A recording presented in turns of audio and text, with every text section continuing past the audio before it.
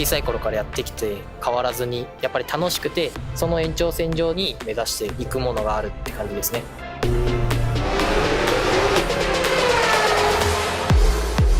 夢である MotoGP のライダーになって結果を残したいっていうところに向かって今もレースしてるので、その夢は諦めずにこれからも頑張っていきたいです。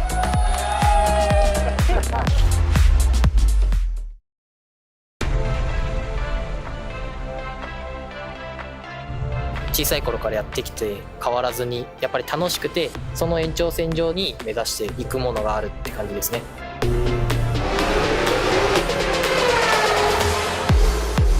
夢である MotoGP のライダーになって結果を残したいっていうところに向かって今もレースしてるので、その夢は諦めずにこれからも頑張っていきたいです。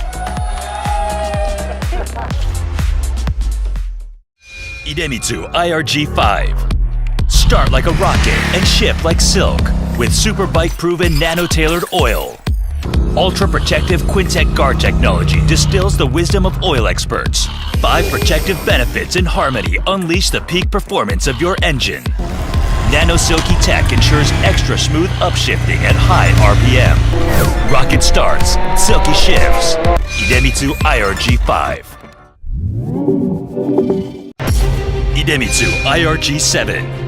Race bred nano-tailored oil for enhanced acceleration and horsepower.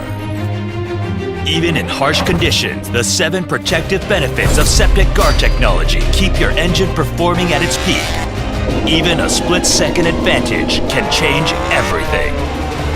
Born to win. IDEMITSU IRG7. IDEMITSU engine oils are precisely formulated for meticulously engineered Japanese car engines. We are committed to delivering optimal performance. We fulfill this commitment through 5 ultra-protective benefits known as Quintec Guard. They unleash the peak performance of treasured cars. Drive anywhere with confidence. Feel the excitement in your heart. The highest quality engine oils in the history of IDEMITSU. IDEMITSU IFG7. Flagship engine oil nano-tailored for high-precision engines. Enhanced performance in 7 ways with super protective septic guard technology, the accumulated wisdom of oil experts. Anti-power loss nanotech keeps your engine performing at its peak for extended periods in harsh conditions. Beat the heat. IDEMITSU IFG7.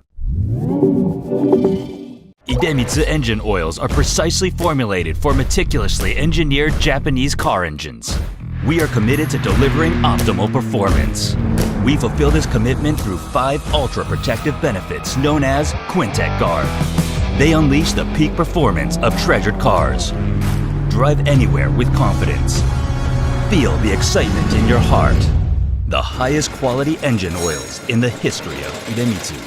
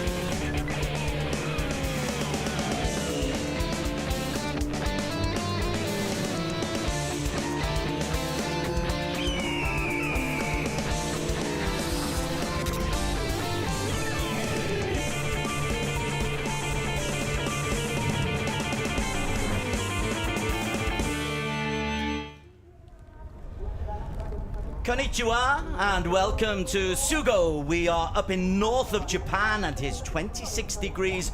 Beautiful, beautiful conditions for racing at a really challenging circuit. It's round 3 of the Asia Road Racing Championships. This is day 2 of 2 days worth of racing. We've got 5 races coming your way. Starting with the TVS 1 make in a very short time. Then we move on to the Underbones, the AP 250s, the Supersport 600s, and then the big boys later on tonight. Barry Russell alongside Des Corkill in the commentary box. And Barry, yesterday was a strange old day because we had 2 races red flagged and we had rain interjecting in one of the big races, the Supersport 600. Today it looks a little bit clearer. Yeah, the weather kind of snatched the narrative yesterday for sure, especially in the middle of the afternoon. But these conditions, as you said, Des, are just gorgeous at the moment. There is only a slight opportunity of rain today, but there is a little bit of gusting wind, which on the high part of this course might have an impact on the stability of the riders, but such as the pace that they're going, I think they'll be all right. But at the moment, bathed in sunshine. But in this microclimate, things can change very, very quickly. We are at the Sugo International Circuit, which is a lovely challenging course. It produced one or two incidents yesterday. We had a couple of serious accidents. 2 riders are in hospital overnight, both improving if still in critical condition. But that's the good news, that they are both stable and improving. And this is the circuit, Barry, and you've got the long straight, but so many challenges on the rest of the circuit. Yeah, 3.6 kilometers around this international course, and 14 turns, blind crests, adverse camber, downhill braking, you name it. It's a real test for the riders. And we've also got a new toy to play with, the drone, which will give us a bird's eye view of both the fans and the spectators, and of course the bikes, particularly on the starting grid, where the run up to the first corner is very, very important. And also the hill, you can just see at the back of that Dunlop tyre, there's a big steep hill up there, and Vorapong Malawan, who is the defending champion in the TVS one make, he had to push his bike up the hill yesterday. He is in P6 on this TVS one make. Hiroki Ono won yesterday. He's on pole position. He's alongside the young Indonesian Deki Tiano Aldi. And Musuke Muhammad, the veteran Malaysian, is in P3. And Ramdan Rosley leads row 2 from Fugo Tanaka and Vorapong Malawan. I do hope he doesn't have to push his bike up that hill again. It's a long bike. Arsyad Rusty, the young Singaporean, will be starting in P7 alongside Darren Pop Tongoy, the Thai, who's in his debut season, and KY Ahmad, the first of a trio of Indian racers here on P9. And on row 4, we welcome back Miu Nakahara as a wild card. Next to her, qualifying 11th, Jagan Kumar, and outside of him is Kuan Chang in P12. And the final 2 places, Pewa Patumias, who's had a difficult time here, and Chirant Vishwanath, who crashed out very early yesterday, but I'm glad to see he's back on the grid today. Yesterday, earlier on this morning in warm-ups, Hiroki Ono carried on his great form from yesterday, and Ono really does look to be the one to beat. It's his first appearance of the season, but Ono is the man to beat in this particular race. Yeah, he was the man to beat last time we were here, but his gap over Vorapong was really narrow. They had a really close race both times out. They took a win apiece. But in yesterday, we had a red flag after the crash of Chirant, and a 6-lap sprint when the race was restarted, and Hiroki Ono managed to win by almost 6 seconds, 5.8 seconds. There's the TVS crew getting a little bit of time in the limelight. They follow this circuit around, and they're in charge of all 14 of the bikes who will be out there. The bikes themselves virtually identical. There's a little bit of tweaking for the individual riders, but for the most part identical. So it is all about the racing styles, which means that Hiroki Ono's performance, both in qualification and in the race, has been absolutely exceptional. This is the long hill upon which Vorapong had to push his bike yesterday. That will be an abiding memory of Sugo for a long time to come, I feel. Yeah, that earlier shot gave you an idea of the gradient that he had to push it up. In an interview earlier on, he said, my heart was running and my legs were walking. Okay, that was Vorapong. He's the defending champion. He's second in the standings here. He did manage to get back on his bike and pick up 3 points yesterday. So he's only 2 points adrift of Musuke Muhammad, who is the championship leader. He's in P3. We mentioned Ono, but Ono is a wild card for this event, and he was last year, but he won yesterday, and he is very much the man to beat. Hiroki Ono is just getting into position at the front of the grid, very bottom left of your picture. And if he gets off to a good start, you fear that the rest will struggle to keep up with him. Yep, it will be up to the likes of Deki Chano Aldi in the middle of the front row there, and Ramdan Rosley and Musuke Muhammad to try to get in front of Hiroki Ono. 10 laps of the track, red lights are out, we are underway, and the drone shows us that it's actually Deki Tiano Aldi, exactly as you predicted, who's got off to a very good start. He's taken Musuke Muhammad with him. Ono will have a little bit of work to do. Everybody has got away quickly. I was a bit premature saying that yesterday, but that's a really nice start from Deki Tiano. And the young Indonesian, you can see him growing. Even in yesterday's second place finish, you can see that he's really maturing as a racer, because he held off the experienced Ramdan Rosley quite comfortably. Yep, out of the young cohort in this series, it's definitely Deki Tiano Aldi who's the standout rider. leading the way. There's young Deki, runner-up in last season's TVS One Make Championship. As they come round, down in P15 is Vishwanath. Good to see he's still on the bike. Conditions an awful lot easier today than yesterday. It was a little bit slippy yesterday, but Deki leads us into this long right-hand corner. That's somebody going very, very wide indeed. Yeah, I think that was Hiroki Ono. No, it wasn't. No, No, Ono's still in just there. gone up from 4th to 3rd. Yeah, he benefited from that, didn't he? Yeah, he did.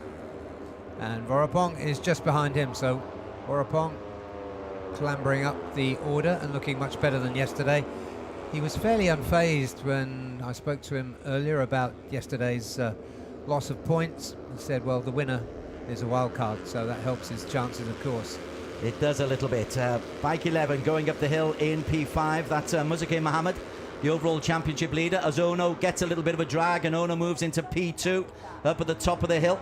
Ono ahead of Ramdan Rosley. Ramdan, the young Malaysian, but it's Deki Tiano ahead of Ono. Ramdan Rosley, Vorapong in P4, Muzakkir Mohammed in P5. Arshad Rusty, the best of the rest, down in P6. But even Vorapong is being left away by the pace being set by Deki Tiano. Yep, Ramdan Rosley isn't finished with Hiroki Ono yet. Let's see if he can come back at him and perhaps slow him down a little more. As Hiroki Ono looks ahead of him at race leader, the young Indonesian, Deki Tiano Aldi. All the liveries of the bikes themselves are identical. You've just got the numbers, but their helmets are easy to identify. The yellow and red there of Ono, as he hunkers down in behind the white helmet, predominantly white helmet of Deki Tiano. And look at that move there from Ramdan Rosley as they tried to go either side of Deki Tiano, but Deki, he's keeping his nerve quite nicely, and Vorapong goes wide, Vorapong, and loses a place there to Muzakkir Mohammed. Wins it back very quickly, but we're not seeing the best of Vorapong Malawan this weekend. More of Muzakkir. He was quite frustrated with his P4 yesterday. He was a little adrift of the 3rd place rider, Ramdan Rosley, despite the fact that he moved into the lead in the championship standings. They come into the chicane for the second time. This is the battle for P4. Vorapong has got Muzakkir and Fugo Tanaka, the second of the Japanese racers, who's in good nick as they come up the hill once again at 6, 7 and 8 going through. Arshad Rusty just being overtaken as we see Vorapong taken not by 1 but by 2. Muzakkir and Fugo Tanaka going through. So Fugo moves up into P4, and Tanaka is he's a good racer to keep an eye out on. He's 6th in the overall championship standings, Fugo Tanaka, but he does have a 1 podium to his name and a P5 yesterday. And then he goes wide, of course, he goes wide. Yeah, but talking about the maturity of Deki, he's you're seeing it now because he's keeping a very, very strong racer at bay with vast international experience. Hiroki Ono, now 30 years old. We're keeping an eye on this battle for P4 as 1, 2, 3 go through. 4 is 11, which is Muzakkir Mohammed. That's a good little battle as they come down that long hill. It's a wonderfully undulating course. Actually, it's more than undulating. There's a 70-meter climb from bottom to top. As they take this right-hander there, it's 1, 2, 3, and Deki Tiano Aldi has held on to the lead since the very first corner. The second group of 3 are led by Muzakkir. Tanaka is in there. Tanaka is bike number 3. In fact, Tanaka's the man in P4 at the moment. Vorapong's got himself back in. So these 3 are either working together or racing hard, one of the two. Whatever it is, they're being caught up by Piawat and Arshad Rusty, and Piawat has made a decent return to form after a dreadful time in qualification where he finished P14, but Piawat's got himself up into P7 at the moment. Yeah, a crash for Piawat in qualifying, which left him feeling a little battered. And so we haven't seen the best of Piawat so far this weekend, but he's doing well to get back on to the rear of that second group. Ramdan Rosley has just posted the fastest lap of the race, a 1:39.3. All 3 of the top 3 are posting inside 1:39.5. So it's a healthy old pace that we're seeing there. And actually they're just pulling away just a little bit from the Tanaka Vorapong Muzakkir group behind them. What is it? 1.5, 1.7 seconds between P3 and P4. And that is down for Kerwin Chang, the Filipino rider. That's his race done. He's up on his feet, looking a bit dusty, but unhurt. Very forgiving gravel as Ramdan Rosley takes Deki on the inside. And Ramdan Rosley, who I do like as a potential top 3 person in this overall championship, he's taking the initiative here ahead of Deki. Yeah, Deki's going with him though, isn't he? And I wonder what is in the mind of Hiroki Ono. At the moment, just tracking behind, but Ramdan Rosley, I think both Deki and Ramdan are thinking that Hiroki Ono knows this circuit so well and has been such fast pace. They do need to take the initiative in some way. It's no good just sitting on his tail because he'll ride away from you. At the moment, though, it's Ramdan Rosley as they come up the hill once again. We're approaching halfway. There'll be 6 laps to go once they get up to the brow of this hill. Yeah, I think Ramdan and Deki have done well to keep out of each other's way so far. Hopefully that'll continue. But yeah, the maturity of Deki Tiano Aldi on full display here. Bit of peloton work up there as Deki took a slingshot from behind Ramdan, and he's actually accelerated down this hill into this left-hander. Tricky little corner this. You got to get on the brakes at the appropriate time because this is a long uphill up to the highest point on the course. Behind them, there's still a good battle going on between Tanaka, number 3, Muzake Mohammed 11, and Vorapang Malawan. Pirwat and Arsiad Rusty are joining. Jagan Kumar is in P9. He's winning the Battle of India ahead of KY Ahmad. One casualty, as we saw, Kerwin Chang out of the race. Yeah, this is a much better race for Vorapong today. Although some way off the lead. We've been used to seeing him at the front. He's had to give way this weekend. Deki Tiano, his turn in front. Ramdan has a nervy look over his shoulder to see where's Hiroki Ono? Why is he not making a move? What can we expect from the 30-year-old? Well, yeah, you can probably feel the hot breath of Ono. Yeah. On the back of his neck. He does look like he's just lurking and waiting, doesn't he? Yeah, he does. Well, there's 6 laps remaining, so plenty of time.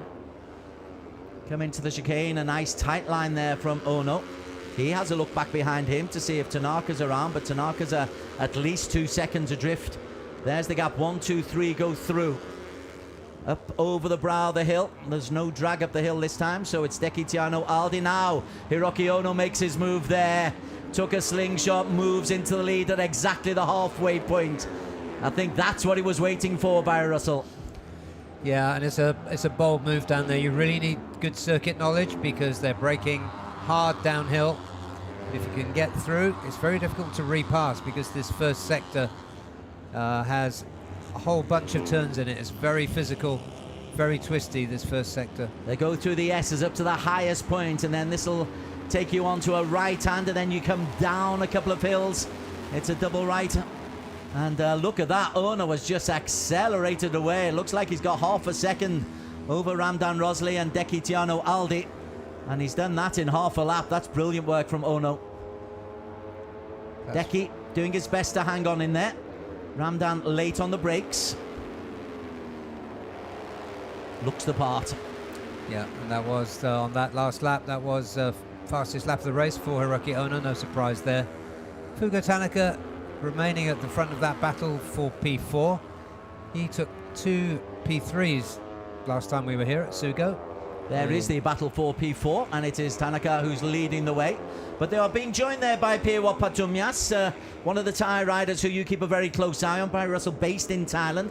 So you have an affinity to the Thai racers, and Pirwat was so frustrated with qualifying only in 14th place. He'll be looking for some kind of return today. Yeah, we know he's a quick rider. We got used to seeing him in AP 250s. And now we're seeing him in this one-make championship as he's detached himself from Honda Racing Thailand. And he's got ahead of Vorapong, and he's looking to get ahead of Muzakir, so he's got himself into the top 6 as Pirwat Patumyas. 4 laps to go from the men ahead. As we can see, there's a 1:37.6, which is the fastest lap of the race. That was the last lap set by Hiroki Ono, and Ono has made his move at the halfway mark. Deki and Ramdan struggling to go with him. This is the 4-man battle for P4, with Vorapong Malawan unusually at the very back of it. And what do you know? We have a new lap record set by No surprise. Hiroki Ono, no prizes for guessing. 137.639 at the beginning of this weekend on Friday. The chief mechanic for TVS said they were targeting 138 as a lap time here. To put that in perspective, they were doing 142s last time out. It was. It's massive improvements all over this circuit. Is that Kerwin? No, Jagan Kumar. The veteran Indian racer is out. Not looking happy with life. But looking very happy and looking for a win double is Hiroki Ono. Yeah, it's his to give away, really. And the conditions are absolutely perfect. His line through that chicane as he hunkers down nice and low. So the battles to watch will be the battle for P2, which Deki looks pretty much as though he's in control of that for now, with 4 laps remaining. Well, Ramdan Rosley's got a toe up there, so Ramdan's just in there. Yesterday it was Deki, bike number 2, who got ahead of Ramdan, and Deki had to hold off a challenge from Ramdan Rosley. This time it's the other way round. What have we got? 3 laps, 2 3/4 laps to go. Oh, that's Ono. Ono is out. Hiroki Ono coming off the circuit, and we have got a new race leader, and it is Ramdan Rosley. Hiroki Ono limps out on the upward trajectory when he was looking so good, Barry. Yep, and this opens things up for the championship and the headline writers. Oh no. Oh no. Oh no, Hiroki. And he's out. It's a pure mechanical problem. We saw him slowing down. But now Deki Tiano Aldi, while we were looking at Ono, Deki has taken the lead from Ramdan Rosley. Ramdan looks over his shoulder. Where are you? You're nowhere. You're parked. So this looks like it could be a really good scrap. Yeah, I'm quite sure it will be. As they come through the chicane, there will be 2 laps to go once they get up to the top of this hill. And Deki was able to hold off Ramdan Rosley in an identical sprint yesterday. And he's got a little bit of a lead coming up the hill. There's no slingshot, there's no toe there for Ramdan Rosley. It is Deki Tiano Aldi who goes through the start-finish line with 2 laps to go. His lead is just under 0.3 of a second, but Ramdan needs to get closer. You need to get a bit of a pull to get away, and there's 2 major opportunities, one on the back long straight downhill and one on the hill upwards towards the finish line. Yeah, he's already banked 1 win this year, Ramdan Rosley, in race 2 at Sepang. He had a 1-2 in Sepang, so he's in good nick. He's on 3 successive podiums, and this will be number 4. He'd just like to make it the best one. Right then, coming through, your pal Pirwat has now got a podium place. Pirwat's in that lead ahead of Muzakir, Tanaka and Vorapong. So that 4-man battle for P3 now, after the demise of Hiroki Ono. This is for a podium place. Yeah, and yeah, as you say, Pirwat's taken the initiative from Fugo Tanaka, but now they fan out. Vorapong squeezes out Muzakir to go through in P6. The white helmet of Vorapong Malawan, defending champion, was championship leader coming into this weekend. He'll hope to stay championship leader, but he trails Muzakir Mohammed, bike 11, by 2 points in the overall title. Pirwat's in P4. Deki Tiano, who's in that group of 2, as they come up the hill for the final time. This battle for P3 has Tanaka at the front of it. So Tanaka in control of a podium place as they will come into the final lap. Yeah, 2 laps remaining. We have Vorapong in that group. Right then, final lap. Deki Tiano just leads out of our picture. Pirwat and Tanaka's got himself and Vorapong dragged through. That hill makes such a difference. Yeah, Vorapong got through, and Muzakir got through as well. So bumped the young Japanese. 1 and 2 go through. Fugo Tanaka is in P3. Vorapang Malawan in P4 as they come up the hill. Round the S-bends. This is up to the highest point on the circuit. Vorapang, he wants a podium this weekend. We're not used to Vorapang Malawan not to have a podium at a weekend. But at the moment he's in P4. The race between 1 and 2. Ramdan Rosley goes on the outside. Ramdan Rosley has taken the lead on the long back straight. Now then, it's a case of Deki Tiano. Barry Russell will have to get close to come up the hill into the start-finish line. Yeah, that's a real burst through by Ramdan Rosley. Big left-hander. Deki needs to get close. He knows he needs to get close. Deki sweeping a wide line, looking for a wide exit, but it's how, as you were saying yesterday, Des, it's how you come out of this chicane that counts. Now, the drag up the hill. Ramdan looks like he's got a bit of speed, he's got a bit of distance, he's got a lead ahead of Deki Tiano. There is no drag there. Ramdan Rosley looks like he's going to take the victory. It's revenge for yesterday. Malaysia's Ramdan Rosley takes the victory ahead of Deki Tiano Aldi in P2. And in P3, Fugo Tanaka holds off Vorapang Malawan. Mazakir P5, Pewa Patumyos is in P6. Really good work though from Ramdan Rosley, reversing yesterday's order.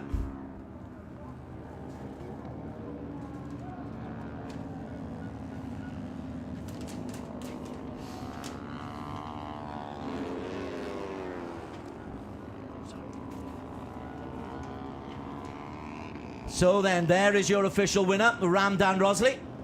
It is his second win in 3 races. He started from P4 and he really held off a battle from Deki Tiano, who is still to get a win this year, but that's back-to-back podiums for the young Indonesian.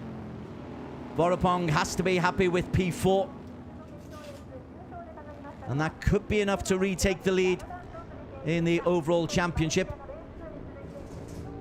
Muzakir Mohammed disappeared off the leaderboard, and Muzakir finished quite a long way down in P11. So something clearly happened to Muzakir.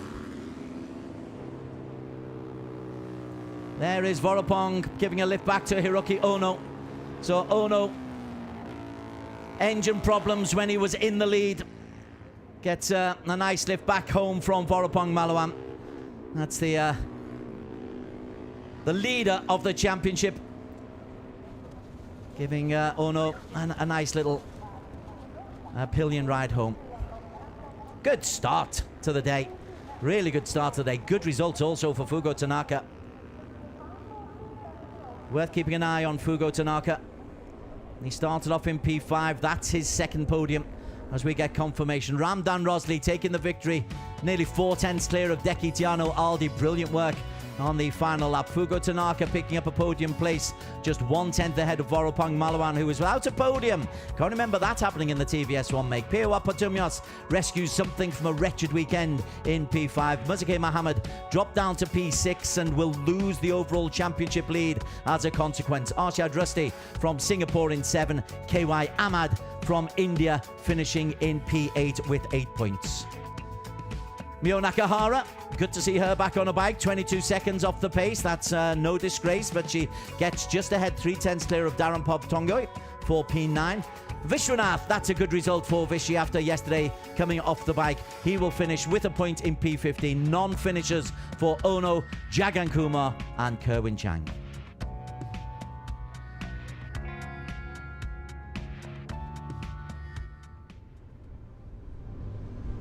So a really good, clean race to get things underway. Love to know what happened to Hiroki Ono.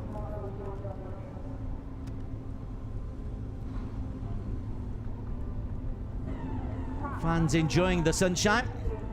There was a nice line of cars coming on earlier on today, enjoying the sunshine. We're not too far out of Sendai, and here is the celebration.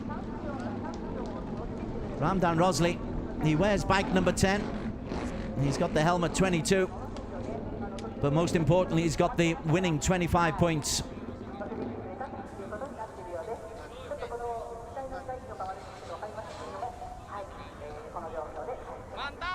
That's the look of a happy man, Ramdan.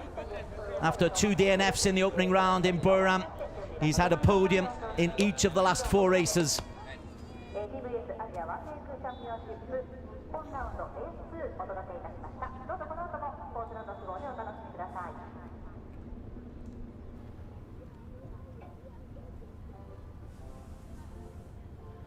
Hopefully we'll get a reaction from Ramdan. He's in the Parc Ferme, as is our roving reporter, Yulina. And with the drastic change in weather, we also see varying and unexpected results this weekend from the TVS One Make Championship, guys. Now, Ramdan, this is your... Sorry. This is your second win of the season and your fourth consecutive podium. Can you talk to us about your win? Yeah, first I want to say syukur alhamdulillah for the win today. I was think I want to fight with Ono the second race because I was try to improve on the bike, on the suspension. In the second race, I was really confident to fight with Ono, but suddenly he was I think have a mechanical problem with Ono. Anyway, in this race I was happy a lot, and I know it's not easy to win in this race because my body bit weight more than the rider. But I'm happy today, and I would like to give my win to my family, my sponsor, and also my wife and my son watching me at home. Thank you a lot. Congratulations, and we're so happy for you. We'll jump into the grid for a few minutes later on with the Underbone 150 guys. Thanks very much. Yes, let's just have a look at how Ramdan Rosley picked up his second win of the season. We've got the best of the highlights. TVS One Make race number 2 of the weekend, race number 6 of a 12-race season. Fans out in force, the sun was out, the sky was blue, and the start was red hot also from Deki Tiano Aldi. The young Indonesian got a P2 yesterday but hasn't got a victory so far this season.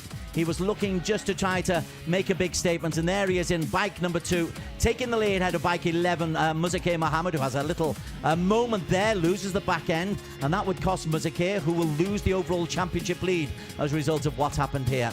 In the battle for P4 behind the leading 3, Muzakir was joined by Vorapong Malawam.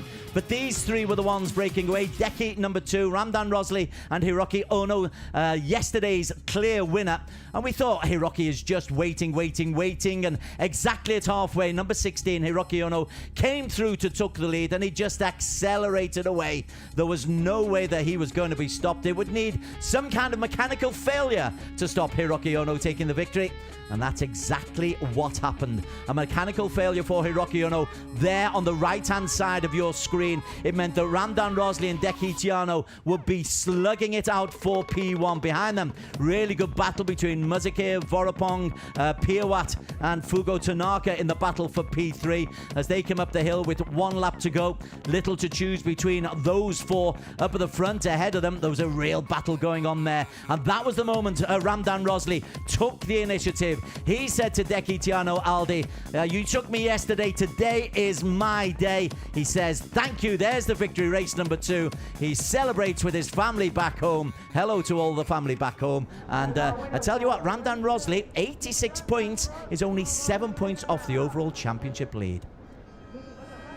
As he makes his way out onto the podium. And we will be having the Malaysian national anthem to go with that big beaming smile for Ramdan Rosley.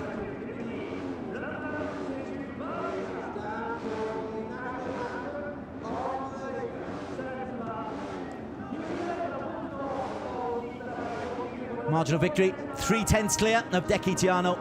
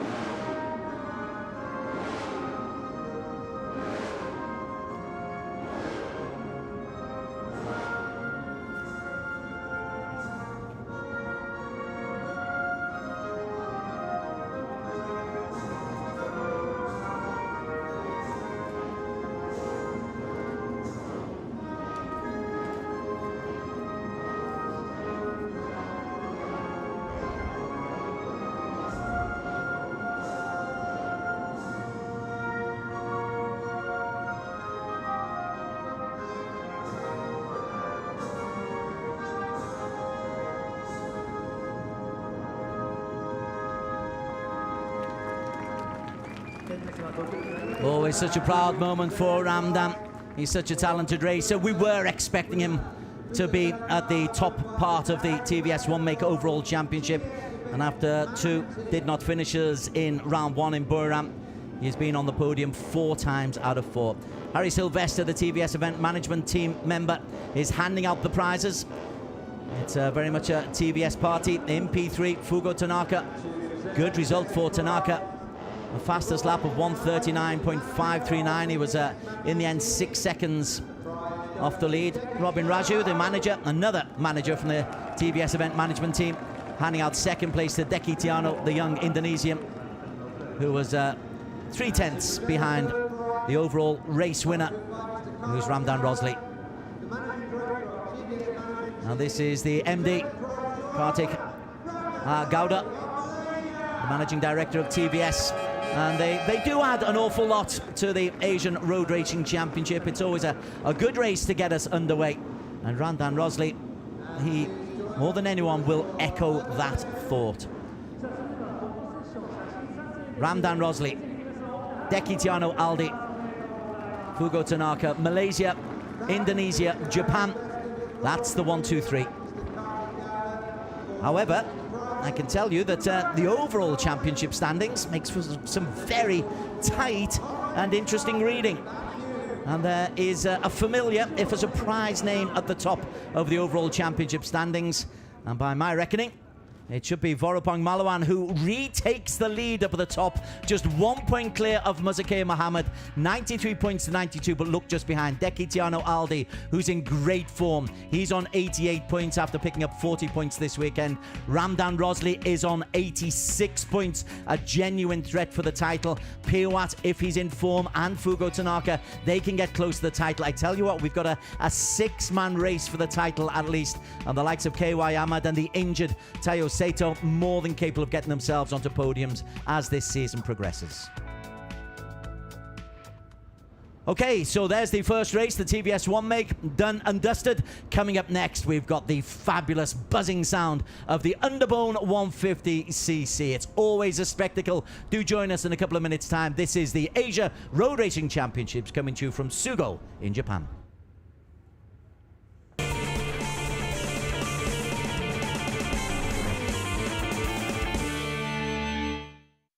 IDEMITSU IRG5. Start like a rocket and ship like silk with super bike proven nano-tailored oil. Ultra protective Quintec guard technology distills the wisdom of oil experts. 5 protective benefits in harmony unleash the peak performance of your engine. Nano Silky Tech ensures extra smooth upshifting at high RPM. Rocket starts, silky shifts.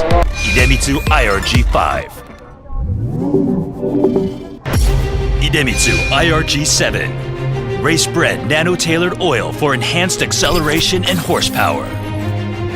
Even in harsh conditions, the 7 protective benefits of septic guard technology keep your engine performing at its peak. Even a split-second advantage can change everything. Born to win. IDEMITSU IRG7.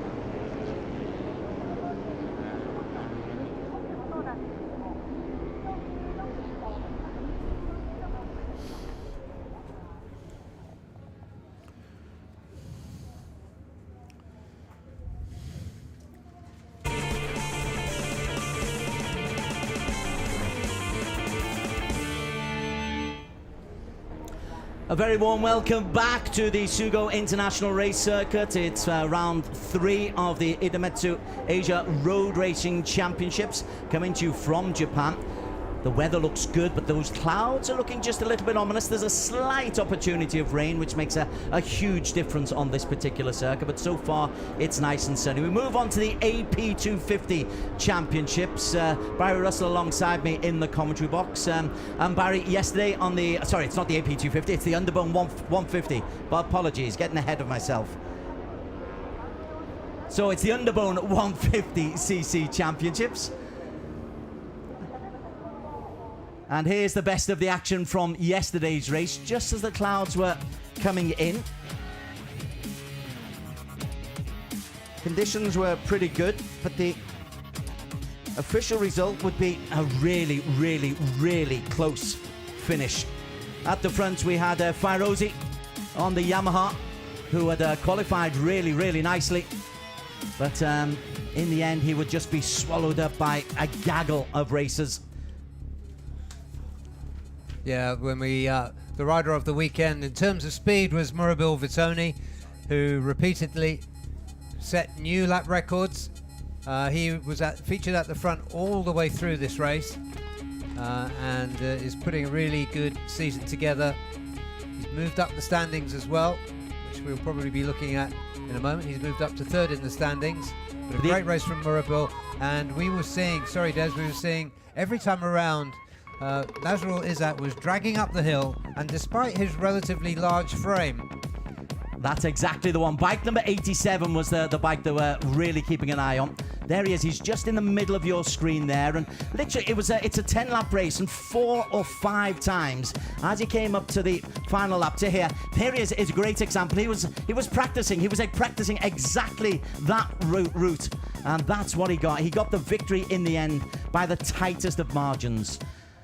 And in fact, talking about tight margins, there was 1,000th of a second between Gupita Krishna and Murabil Vitoni.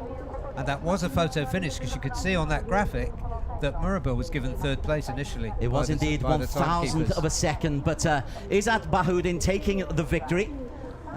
Behind him was Wawan Wello, and that's a good result for him, because Wawan had real problems in the morning. Hafiza Rofa getting up a P3rd on 59 points, but Nazrul Izzat is the championship leader, 3 points clear of Wawan Wello. Hafiza Rofa 59 points alongside Murabil Vitoni, who again will be on pole. He's had a really good weekend. He just needs to transfer that into some big points. Shafiq Rasul, Gupita Krishna Wadina, and Izzat Zaidi on 44 points are also in the top 10. So they were the championship standings as they stand at the moment, and so we come into race 2 of this weekend, and let's get some pre-race interviews in just a moment. This circuit, the hill between corner 13, 12 and 13 is the chicane. Up the hill, corner 14 to the start finish line, Barry, that is where this will be won and lost in the underbones. It's a hell of a gradient, and slipstreaming is really important to get up the hill, especially with these 150cc single engined underbones. Okay, I think we can go down to Yulina, who is amidst the scrum of racers. 24 starters for this Underbone 150s. We can go down to Yulina just to get some thoughts ahead of race 2 of the weekend. It's scorching hot, but we are experiencing some very strong winds as well as we begin the Underbone 150 class right here. And I have Murabil Vitoni from LFNH Putra 969 Racing Team. Murabil, kamu mula dari P1 dalam pole, tapi kamu nggak bisa dapat podium semalam. Jadi apa yang terjadi sama kamu? Ya, untuk race 1 kemarin saya ada beberapa kesalahan untuk strategi. Akhirnya saya bisa finish ke-4. Selamat jaya dan terima kasih.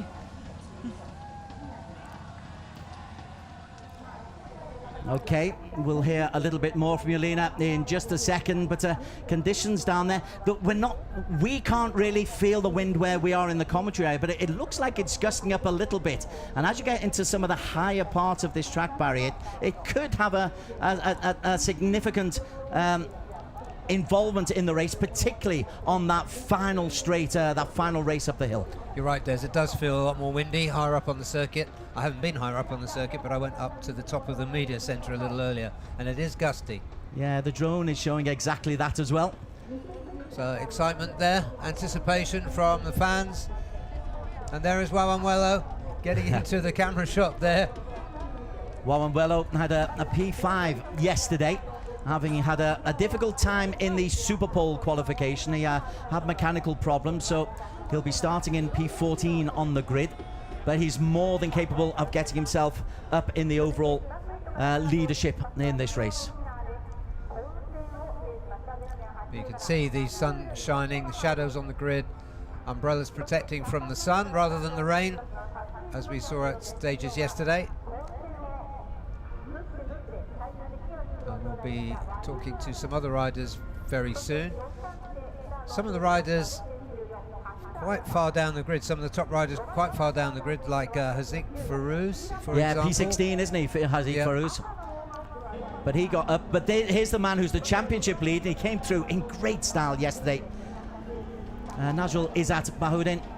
He had a P5 and a P12 at Chang, a 10 and a P1 at Sepang. He followed that with a P1 in Sugo. And I tell you what, he's carrying the aura of a guy who's really confident, who believes in his bike and believes in his team and believes in himself at the moment. Yeah, he looks relaxed and happy, and despite what he's about to put himself through in this underburn race. There is Wayuaji Trilaksana. He had a good race yesterday to come through to finish second, and there he is. He's running his own team this year, Race Tech 60, and he's got all the merch there. That's his first podium of the season.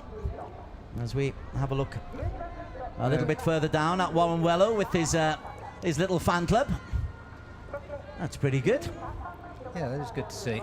That is good to see. Wawan was leading the championship coming into Sugo, but he had a P5 finish yesterday. And now we've got Hazik Hamdan, who had a difficult time yesterday in qualification. Again, he's starting off a little bit down the grid. He's had a P10 and P15. P10 his best results of the season. And Uma Racing, Hazik Farouz, you mentioned Hazik Farouz, starting in P16. Difficult first few days, but again, this is a young fella more than capable of getting up the grid and getting into the points. He had a P2 in Buriram. Yeah, and here's a rider that we both agree is one of the most exciting in this series, Hafisa Rofa, 1XOX TKKR Racing Team. One of 3 1XOX riders, but one of them, Fazli Sham, is out after having a bit of a knock yesterday in a last lap crash. Here's a returning rider to the series, Pirapong Louis Bumpeng, come back into team One for All. Good to see him here, back in this series and back at Sugo. He's looks determined, and he's on been P5. quick. P5 on the grid, so that's looking pretty good. Shafiq Rassol will be P6. Now he's an outsider. He's had a win and a P2 already this season. One XOX TKR Racing Team. He had a DNF in round 1 in Sepang, but there's the Capri Circus in Malaysia really is a great testing ground for the ARRC. Now Antoine from Vietnam, 20, 21st, 19th, and a P9, his best result of the season. Yeah, he's looking pumped. A little bit further down, Charles Shazras from the Estremo Yuzi Honda team. Again, a young fella, as he saw in Sepang with a P5, more than capable of getting up into the higher echelons. It's just a case of converting that into wins. And Izam Iqmal getting a bit of a hug there from Kazma Daniel, who'll be in action later on today in the 1000cc Superbikes. All right, looking directly down from the drone at this 23 bike grid because of the absence of Fazli Sham. Fazli, we wish you a speedy recovery. Yeah, it was quite a crash, but head potential concussion, not allowed to race. Yeah, this is really important in all kinds of sports. There's a legend of Malaysian motorsport. For Yuzi, yeah. Yuzi himself. So this will be 10 laps of the circuit, and again the weather looks so lovely. It can be really quick, the change though in the weather, because it is it's also a kind of a micro system here, micro weather system can change things so quickly. Here is our starting grid. On number 1, Murabil Vitoni on the Yamaha. He's in P1 alongside Nazrul Izzat-Bahoudin. Let's see if he can make it 3 wins in a row alongside Wayu Aji Trilaksana, who was eased off into P2 yesterday. And on row 2, we've got Hafisa Rofa in P4. Next to him, the returning Pirapong Louis Bumpem for Team One for All, and 1XOX TKKR's Shafiq Rasool. We'll keep an eye on the men in green. Gupita Krishna will keep an eye on him as well. On the Yamaha, former champion, 2-time former champion. Izzat Zaidi from Cardinals Factory Racing Team on the Yamaha is in P8, bike number 98. And Dimas Juli Akmoko, who was very fast this morning in warm-up on bike 202, is in P9. Yes, indeed. And on row 4, Ahmad Fazrul Sham, number 11 in P10. Next to him, John Emerson in Guito, and in P12 on the grid, number 222, Fahmi Bassam. Wawanwelo, who was leading the championship race, is in P2 at the moment, 3 points behind Nazrul Izzat. He starts in P13 alongside Hazik Hamdan and Hazik Fairuz. Tell you what, that's a very tasty row for 13, 14, 15. Yeah, moving on to row 6, we've got Nguyen Antoine from Honda Racing Vietnam, Cheryl Shazras for Extremo Yuzi next to him, and in P18 Izam Iqmal for SCK Honda. Row 7, Pacharagon from SCK Honda Racing Team alongside Team One for All's Pascon Sanluang and Arash Kamarudin from Cardinals Factory Racing Team. And completing the 23 bike lineup, Nguyen Putri, and next to him Giancarlo Maurizio, another very fast rider, a long way down on the grid for Uma Racing Philippines. Giancarlo got himself up near the front towards the latter stages yesterday, so even though you're starting down in 23 in this 10-lap race on a 3.5+ kilometre circuit, there's plenty of opportunity to get yourself back up into the leading groups as the safety cars go round. Out into the countryside, that's a deceptively steep downward trajectory, and then that's little right-hander overtaking opportunity, certainly on the bigger bikes there. Oh, and that's why Fazli is out. He's only able to watch the race through one eye. Get well soon, my friend. Yeah, hopefully we'll be talking to him a little later. Ahmad Fazli Shams in the pits, but his brother's out there on the circuit.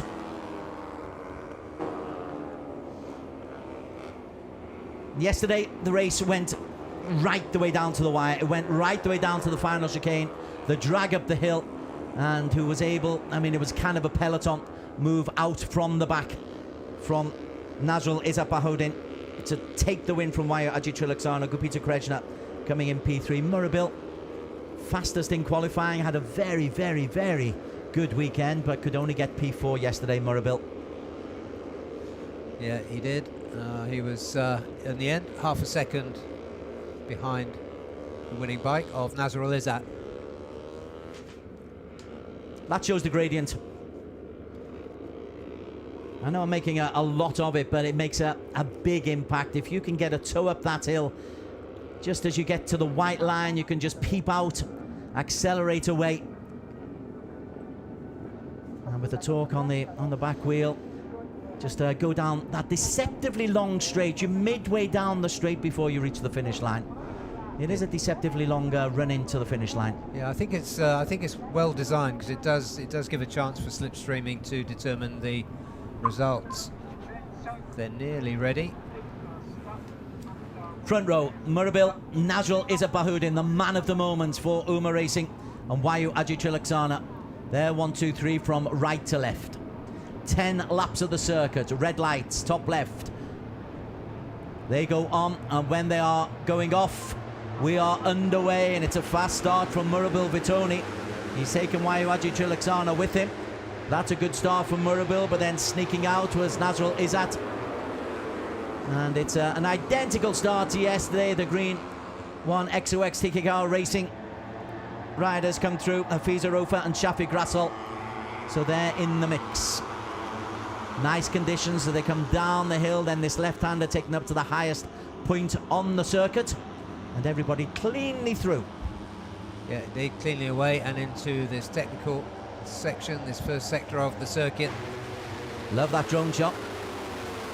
Gives you a lovely idea of the height that they are getting into this high point.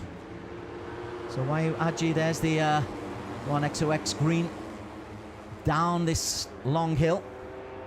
Wayu Aji still in that leading group, as is Murabul Vitoni. Yeah, and of course the two today, green bikes, 1XOX TKKR, Shafiq Rasol and Hafisa Rofa in there. And Pirapong Boingpeng's in that little group as well, bike 14. Just at the tail there, the blue and red livery on the bike, the white racing suit. So early stages, but even in these early stages, you've got this little pack of, 8, just pulling away from everybody else. Looks like it at the moment, although sometimes they do, again, peloton style, haul in the front runners. As they hit the chicane, yeah, everybody comes together a little bit closer once you hit the chicane. And as we come up the hill, Izzat Zaidi is trying to lead that second group.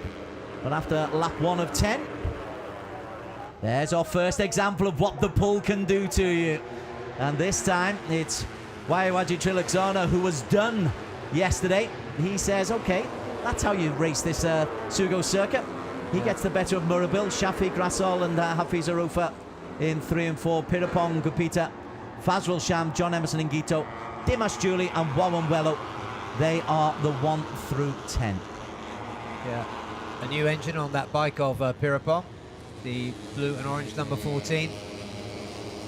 I think we can go down to Yulina. She's in the pits, and we will be hoping to go down to Yulina just to get some thoughts down from the pits. In the meantime, Wayu Aji Trilaksana is just nicely sorted. Yeah, another rider looking confident. And now let's go down to Yulina. She is in place. Let's just get some thoughts from the pits. The Underbone 150 riders should be on their second lap at this very moment, but Ahmad Fazli Sham is right here in his pit from the 1XOX TKKR team. Baik Fazli, jadi boleh Fazli ceritakan dengan kita orang apakah yang terjadi pada Fazli dan kenapa Fazli nampak seperti Lanon? Okey, sebenarnya pada semalam race 1 pada last lap, last corner saya mengalami crash high set menyebabkan saya mengalami hentakan di kepala. So bila pergi doktor check kepala, so saya mengalami masalah visual saya jadi double vision. So doktor tak benarkan saya race lah pada hari ni sebab view saya tu ada 2 double. So saya nampak sekarang ada 2 ni. Nampak 2 saya sekarang Okey, baik. Jadi walaupun dengan kecederaan ini, kecederaan yang Fazli ada sekarang, Fazli rasa Fazli mampu tak untuk sambung terus berlumba di Mandalika?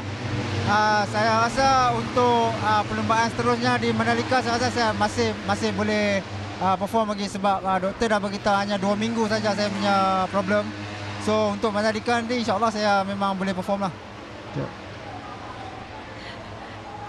Right, so he says that he should be ready for Mandalika and he hopes that he recovers quite quickly. Thank you so much, Fazli. Tapi sedikit panas lah, tak dapat race untuk race 2. Oh, but he's really angry that he can't race for race 2. So that's what he said. Thank you so much, Fazli. Let's get back to the Underbone 150. Okay. And he's also experiencing double vision from the injury that he has. We are back talking over each other. So Fazli Sham missing the race. The rest of us have been seeing Wayu Aji Trilaksana tried to learn desperately from yesterday. Gupita Krishna bike 23 also in there, and this is looking like a proper underbone race. There's plenty of dueling going on, people testing out conditions, best places to overtake, how best to attack on the line, and Wayu Aji clearly seems to have learned his lessons from yesterday. Yeah, while we were with Fazli in the pits, Wayu Aji won another drag race up the hill. He's dropped down again a little now as Gupita Krishna took over. There is Gupita, leads into the chicane. Yeah, he just squeezed that P3 yesterday by a thousandth of a second. Gupita, very popular P3 it was as well. Big fan club he seems to have brought with him from Indonesia. Well, there is the drag that you get up the hill. And you can just see there that Gupita was leading, but then he's just swallowed up by 1, 2, 3, 4 racers go past him, including Wawanwelo and our pal Nazrul Izapahudin. There you go. Yeah, 1 lap ago, Nazrul was down in 11th. And he's chasing up the back-to-back-to-back wins, 3 in a row, which in Underbone is really quite a remarkable achievement, because the bikes themselves, they're pretty much equally matched. Yeah, there's only so much you can tune these bikes. It's a fine balance between power, torque, and reliability. There's Azik Farouz. Nazrul Izzat pushes up the hill. 98 Izzat Zaidi is well worth keeping an eye on as well. He's more than capable, as are all the UMA Racing riders. We've got 8 riders within 0.3 of a second. Then beyond that, we've got another 6 who are less than a second down on them. So there's a whole knot of racers who are more than capable here. Nazrul Izzat pushes through, and bike 17, right at the back of that little pack, is Hazik Fairuz. Yeah, what a great shot of this Underbone race. It really shows you what this class is all about. The top, 15 riders so close together. And it's not a procession. There's dueling going on at the front, in the middle, at the back, battling for position, best entry point into this chicane. And once again, Gupita Krishna, although we got a little bump in the back there from Wayu Ajitrilaksana. Yeah, it's constant, and that's John Emerson Guito worked his way towards the front then. He's going to try and do the drag race up the hill, but he has got Nazrul Izzat alongside him, trying to outdo him. And again, guess who wins it? Well, is there anything they can do to stop him? A little wobble there. There must have been some contact with John Emerson and Guito, the number 22. Pirapong goes into the lead. Very interesting, because that downhill braking. He took a completely different line up the hill. Pirapong Luboinpeng. He took the right-hand side as we were looking, rather than the left-hand side, which has been the traditional way. So maybe we've got a new way of boiling an egg. Maybe we have. Wayu Aji is after him. So Pirapong Luboinpeng started off in P5. Useful racer, first race of the season for Pirapong. Dimas Juliat Moko, he's among that leading group as well. He disappointed a little yesterday. I'm loving this. Everybody's trying it out. It's almost like they're looking at the circuit for the first time. And Pirapong is caught up downhill by Nazrul Izzat and Wayu Ajitrilaksana, 60 and 87.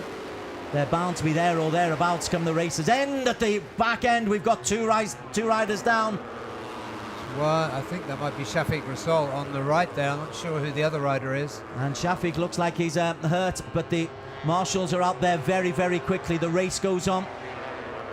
With Wayu Aji at the front. Yeah, one rider not moving. So one rider's okay, and request for help for the other. It could well be Shafiq Rasol. I think you're right.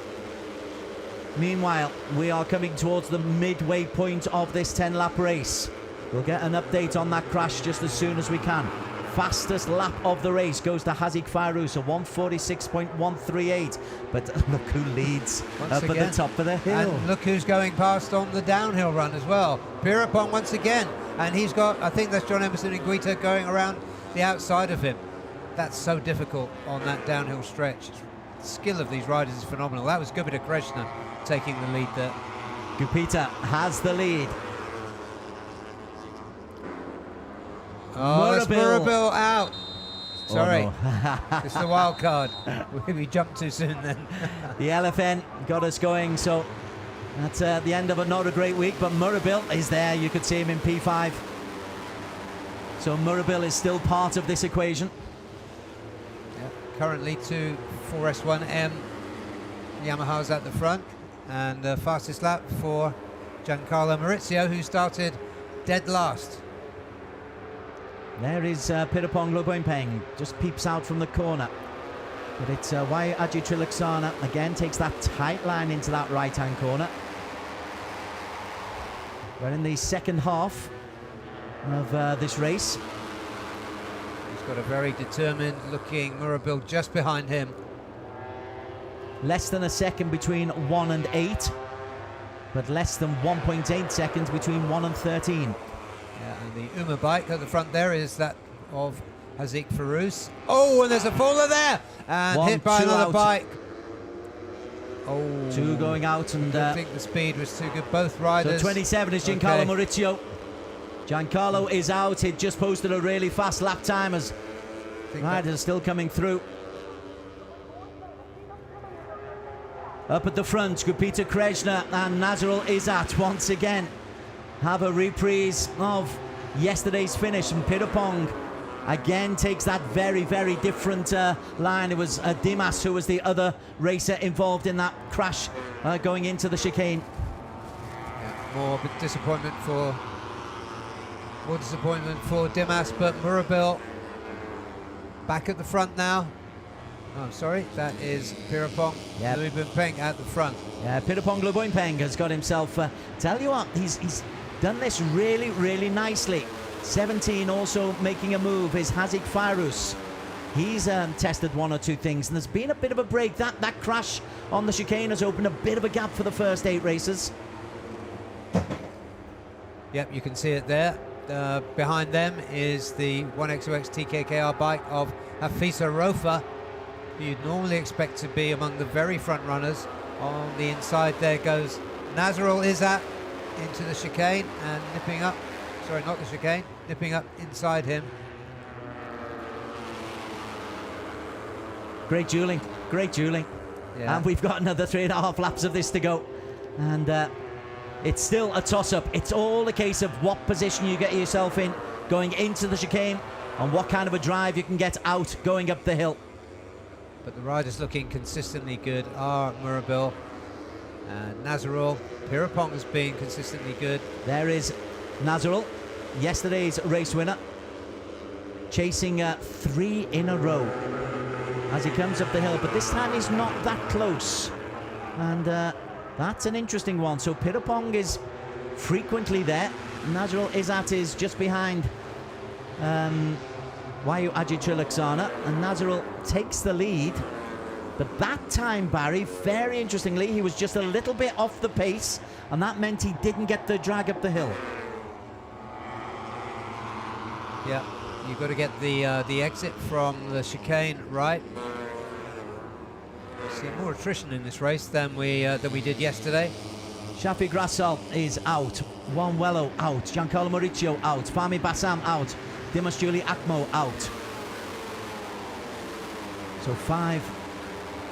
Yeah, and Hafisa Rofa has done well to catch up this leading group. Yeah, he has. On the number 24 green machine of 1XOX TKKR. Wayu Aji leads the way. Pirapong Luboinpeng is nicely tucked in, and keep a look at John Emerson Ngito, number 22. He's just in P5 at the moment. This right-hander seems to sort out the position that you go down the hill, and it just seems to sort out who has the best race into the chicane corner. Still, it's right, Wayu Aji leading the way. And Murabil threatening as well, but Hazik Farouz is out as well. That's looks tough. like a mechanical problem for him. He was going well, Hazik Farouz. Uma Racing Yamaha out of the race, so another casualty, and his teammate looks over his shoulder. That is Nazarul Izzat. He's got no teammate support this time. And it'll be 2 laps to go at the end of this sprint for the line. And Wayu Aji Trilaksana, well, yesterday we saw Nazarul Izzat was constantly timing it right.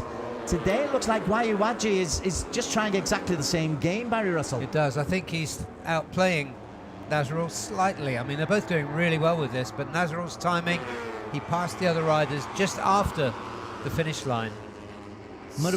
Murabil Vitoni in the blue and orange livery in P3. He's nicely placed as well. He's had a really good weekend. P4 yesterday, fastest in qualifying. He'd love to get a podium to make it a really good weekend to remember. And also, Izzat Zaidi's got into that leading group. Yeah, there are some potential winners here, some proven winners here, like Izzat, like Hafisa Rofa in this group that we haven't spoken so much about during this race. Is that Zaidi, bike number 98 in the blue at the back. Hafiza Ofer in the green takes a different line coming down the hill, but Gupita Krejna and Nazrul Izabahoudin very tight around that right-hander. Fast part of the course here, a little bit downhill. Just leaning into the camber, and Wayuaji Trilaksana is still the man able to take the lead as Hazik Farus looks very, very disconsolate. Izzat Zaidi trails. Fastest lap still belongs to Giancarlo Maurizio, but he is out of the race. Now then, have a look at 14, Pirapong Loboinpeng. He's in P2 at the moment. Let's see the line that he takes. Oh, this time he's just followed the same line. And Nazrul Izzat tries to just take a slightly different line, but Wayuaji Trilaksana, he's doing his calculations, and they seem to be working well going into the final lap. Wayuaji leads. I'll tell you what, Nazrul wasn't able to do anything about Pirapong that time around. Yeah, interesting. Pirapong does look like that engine's performing absolutely at the peak. Hafiza Ofer's team looking very, very uncomfortable. But Hafiza Ofer in the green is nicely placed in P5. And Fazrul is out, the number 11 for JRT Pitts bike. One way, that's his race run. Not a good day for the family. Not a good day. But we are on the final lap with 7 riders. Look at Hafiza Ofer, Barry. Look at Hafiza, the man in green. He's got himself up into P2. Murabil is leading there as well. And what's happened to Wayuaji Trilaksana? He's wobbling just a little bit. He's having to battle Wayuaji. Izzat Zaidi takes a different line. Hafiza Ofer goes through. Izam Iqmal has made a move to the front. Oh, this is fabulous. This is fabulous.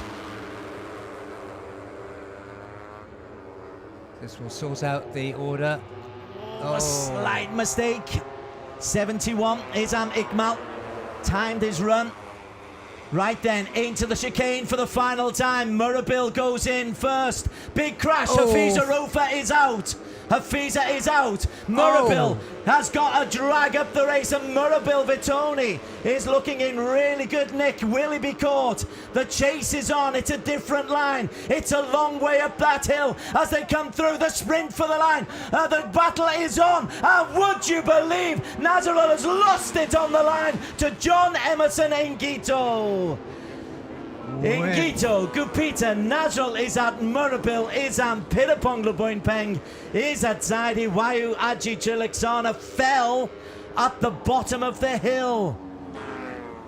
So John Emerson Ngito, for the very, very first time in the race, led in the last 50 metres of the race, Barry Russell. Phenomenal race there is the sad sight of the 1XOX TKKR Yamaha of Hafiza Ofer lying in the middle of the track. Hugs all around. This is great. We know how many Filipino fans are watching. Enjoy this moment, guys. I'm going to go to the podium. Absolutely fabulous scenes for John Emerson Ngito. We really, really hadn't called him, but coming up the hill in that real battle, he made it. John Emerson Ngito takes the victory. What a performance. His best position so far this season, a P8. Now he puts a P1 onto his name in the most thrilling of races. Underbone always delivers. So Hafiza is out. We saw that as the marshals just wait for the guys to get picked up. And they so wanted to be involved in that sprint for the line, but it wasn't to be. Riders all over this Sugo circuit. Giancarlo Maurizio, he was out. Warren Wello out. Fahmi Bassam out. Shafiq Rasol out. But the race result is under investigation. Just in case we wanted any more drama. But at the moment, it's John Emerson Ngito ahead of Gupita Krejna. who's picked up his second pole, and Nazrul Izzat behind him gets another podium finish. But as you can see, bottom left, race direction, the race result is under investigation. Riders being pillioned in from all corners of this phenomenal circuit. A simply phenomenal race.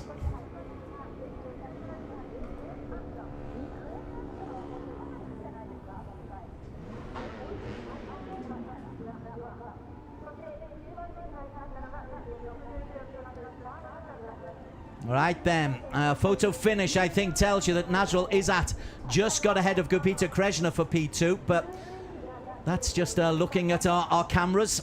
We are waiting for the official race result, but John Emerson Gito I think is confirmed as winner.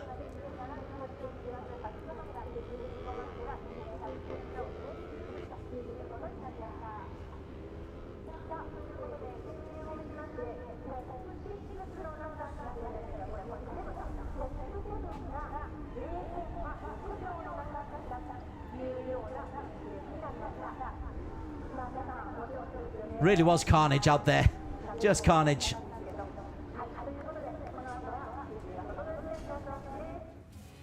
Let's have a look at the photo finish at the end. John Emerson Ngito, he gets the win. Blurry though it is, he gets the win. Nazrul Izzat has been promoted up to P2. Oh no, Gurpita, wow, lots. Look at the official results. Is it Gurpita who's got the win?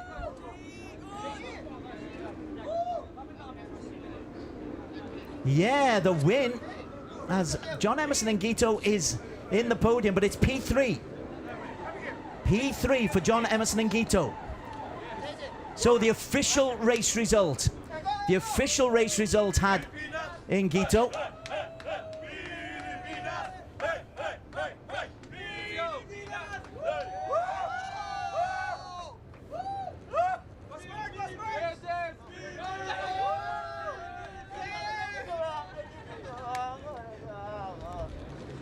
Gosh, this'll take some working out. The photo finish right at the end.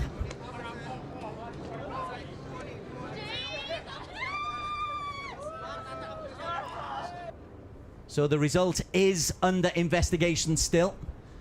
John Emerson Ngito. These are unofficial results. I'll need to confirm these. Emerson Ngito picks up the victory from Nazrul Izzat in P2 and Gurpita Kreshna in 3. Murabil 4 from Izam Akmal. Pirapong Luboinpeng, Izzat Zaidi and Antoine picking up a P8 for John Emerson Ngito. A previous best this season, a P8. So this is his best result ever in Asia Road Racing Championship. P9 Charles Shazras Pacharagon in 10th for SCK Honda. Pascon for Team One for All in 11. Arash Kamarudin for Cardinals Factory Racing Team in 12. Wayu Aji Trilaksana, 24 seconds, picked up his bike and got up to the top of the hill for 13. Hazik Hamdan 14 and Kutri, the last of the point scorers in P15, 1 minute down. Hafiza crashed. Ahmed Fazrul Sham out. Hazik Farouz out. Dimash Juli Atmoko out. Fahmi Bassam out. Giancarlo Maurizio fastest lap but out. Warren Wello, championship leader coming into this weekend, also out, as was Shafiq Rassol. So this course has really been very grueling for the Underbone 150cc racers. It looks so peaceful and serene, but on the circuit, wow.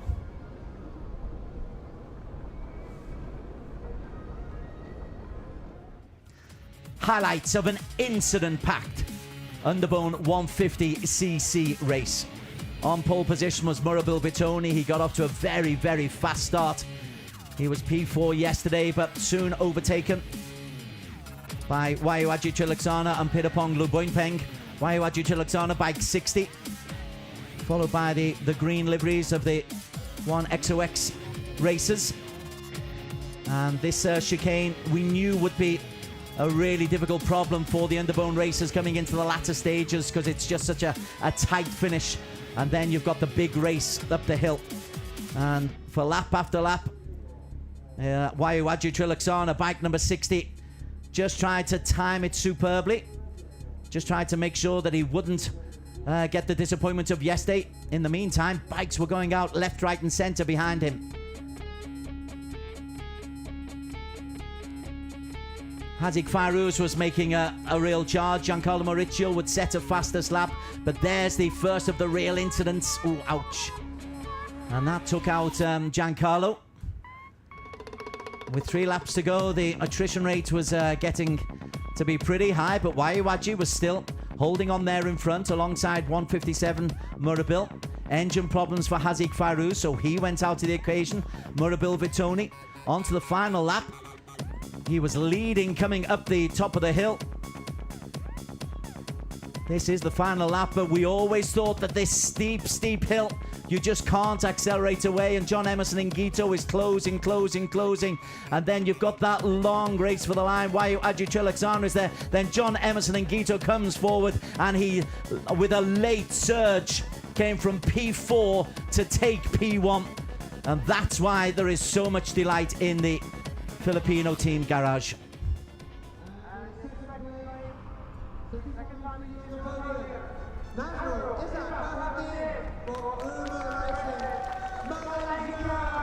Nazrul Izzat picks up a 3rd podium in a row.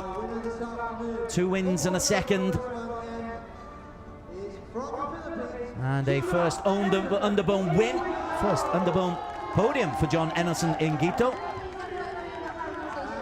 And he'll need help to put the Philippines flag back on his shoulder. But I would imagine it'll be an emotional rendition of the Philippine national anthem when it comes. Wow, what a day. What a race. And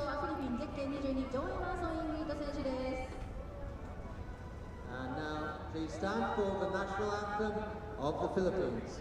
それでは優勝ライダーの国歌演奏です。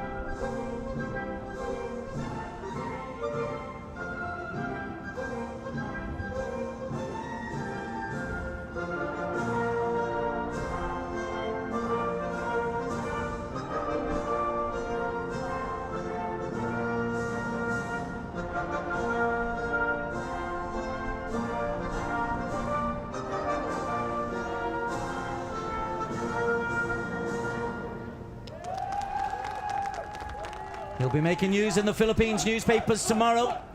And imagine the online replays of that victory are already being spread across Philippine social media.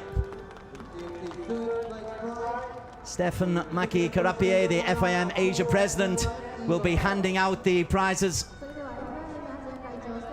In P3, Gupita Krishna, again eased out. That's 3 P3s in his last 4 races for Gupita Krishna. P2, Nazrul Izzat Bahaudin, the new championship leader. No, he'll retain his championship lead.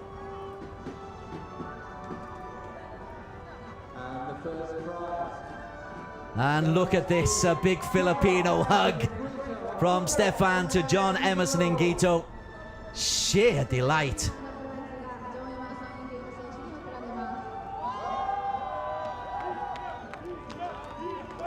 Winner, John Emerson Ngito for S1M Evo Yamaha racing team.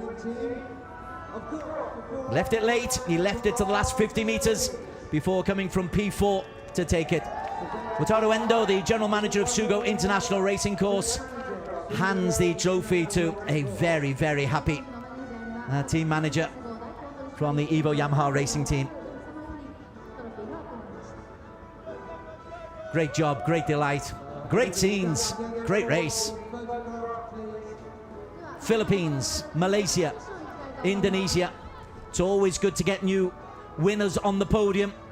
It means new headlines, it means more publicity for this wonderful series, the Asia Road Racing Championships and this Underbone 150.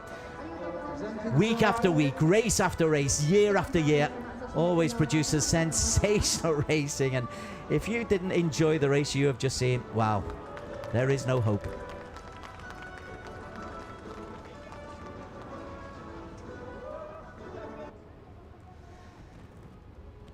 Settling things down a little bit. Najul Izzat Bahodin, 91 points. Look at that, a 19-point lead from Murabur Vatoni, who had 2 P2s this weekend for LFN Putra 969 Racing Team. 3 points behind him, Gupita Krishna. Wawanwello, disappointing weekend for the championship leader coming into this weekend. He's on 68. Hafiza Rofa crashed out. Again, you expect him to be there come the season's end. Shafiq Grassol as well for 1, XOXTKR Racing. Izzat Zaidi biked 98 on 53 points, level with Shafiq. Izam Iqmal, really good performance from him. He is in P8 for SCK Honda on 38 points. They're the top 8 in the Underbone 150cc Championships. I think we can go down and get a little bit of reaction. And there might be a tear or two coming your way. And what an exciting win for the 4S1M Evo Yamaha Racing Team. I have John Emerson Inguito here with me that crossed the finish line. Got P1 and Mark, the team manager. So, what an exciting win for the team. Can you share your happiness with us, Mark? The happiness, nothing can equal the happiness we got today. Our team is very happy for the result, and this is our first time to get a champion in here. Yeah, thank you. Right, and a question for you, John. I know that you started the race from the back of the grid, 12th, okay? And you powered your way all the way to the front. This is your first UB150 win for your career. Can you tell us about that? Sorry, wala akong masyado masabi, pero napakasaya ko. Nagawa ko yung pangarap ng team ko, na mapasaya ko sila at sa lahat ng mga Pilipino supporters, Sportsland supporters sa family ko. Thank you so much. Hindi ko magagawa ko kundi dahil sa inyo. At sa buong team ko, sa Ibo family, Sportsland family, at sa lahat ng sponsor, thank you so much. Okay, thank you for your passion and thank you for that. Right, let's commence the AP 250s soon.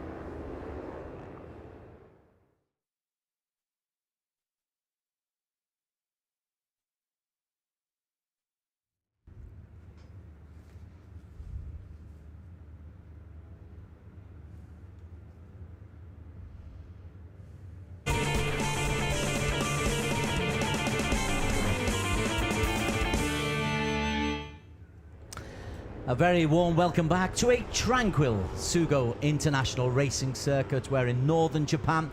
Yesterday we had rain. Today it looks like glorious sunshine.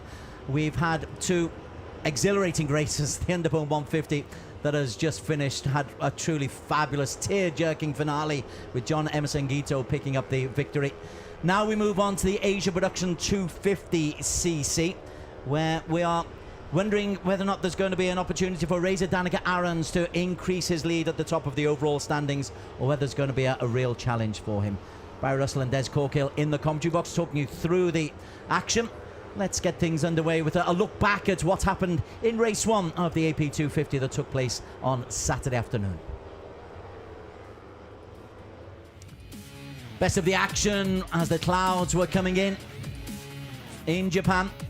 The rain can come in, but it was slick tyres for the most part for the AP 250 racers. Fairozi was on pole position in the Yamaha, but he would have a tough old time. He had a really good qualification, a lot of good testing, and he led coming into the first couple of corners. But thereafter for Fairozi on the Yamaha, he was just gobbled up by the Kawasaki's and the Hondas, particularly the tyres and Astra Honda Racing. And Reza Danica Arons, biker number 123, Barry Russell. Yeah, it was a good performance from Reza. He was chased really hard for about half the race. You can see it there by Muqtada Sarapuch. She kept him honest. She started to fade, perhaps something not quite right with the bike, maybe tyre wear with these slick tyres. But here, at this point in the race, she was really pushing and looking aggressive for the lead. And there, you can see, that's the beginning of her dropping back. Meanwhile, Vida Ega Prasima, number 54, was approaching. As were the Kawasaki's of Aoshi. There he is on bike number 37, but there he goes out just when he was looking to challenge the Kawasaki, failing him just at the bottom of the hill. It came to become a relatively straightforward for Reza Danica, who has a clear lead in the overall championship standings. Muqtada Sarapuch holding off Vida Ega Pratama to hold on to P2. Yeah, he'll grow into those. He will. Big shoes to fill. Or she'll grow into those. They are big shoes to fill. And lovely to see families making their way to this beautifully appointed circuit as we're on the grid for the AP 250. It's the halfway point of the season after this race, Barry, and it's been a fabulous season so far for Reza Danica Arons. He has a big lead in the overall championship standings. It's 111 points for him. 27 points, I believe. Yeah, it's a big old lead. This is the circuit that he's got to negotiate, and when it's wet, the devil is in this circuit, but when it's dry, it's great for racing. Yeah, it flows really well. Up and down the gradients, around the bank turns, over the blind crests, down the hills for braking areas downhill into fast corners. Plenty of really good vantage points for the crowds to see, and there's a big screen as well, so they know when the cameras are turned onto them. We've got a 24 bike grid, and let's go down to Yelena and let's get some of the talking points from down on the grid. Right, we're back on the grid to kick off the AP 250s really soon, and I'm standing with Aiki Iyoshi at this moment in P9. So you had to stop in race 1 yesterday. What happened? Yeah, race 1 was very good feeding and machine and myself, but engine broke in the last 2 laps of the last corner. So big problem continues. So I remember last year, last corner, last lap, big crash, but no problem. Of course, I will win and change today. I'll do my best. Good luck and thank you. Let's head over to Fairozi's pit. Yeah, Aiki Iyoshi on the Kawasaki.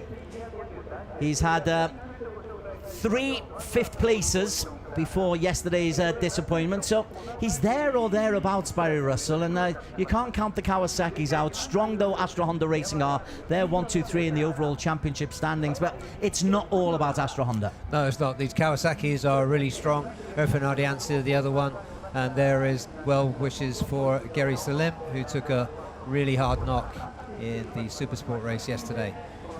This is the championship leader, Reza Danica Arendt. He's on P2 at the moment, but you look at that. First, second, third and first.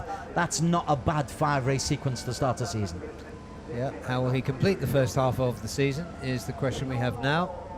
He's a very, very cool customer and a great rider.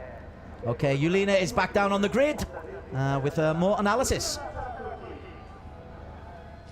Right, we've just walked over a couple of steps to Fairuzi's grid at this moment. Now, Fairuzi, you had really good results from qualifying yesterday. You also had a new lap record, but the results didn't go according to plan. So, can you tell us what happened? Yes, in race 2, I stay focused. In today, hot condition, I stay focused and push the bike. I go be better in race 1. Right, thank you very much, and we hope you do really well today. Let's commence the race.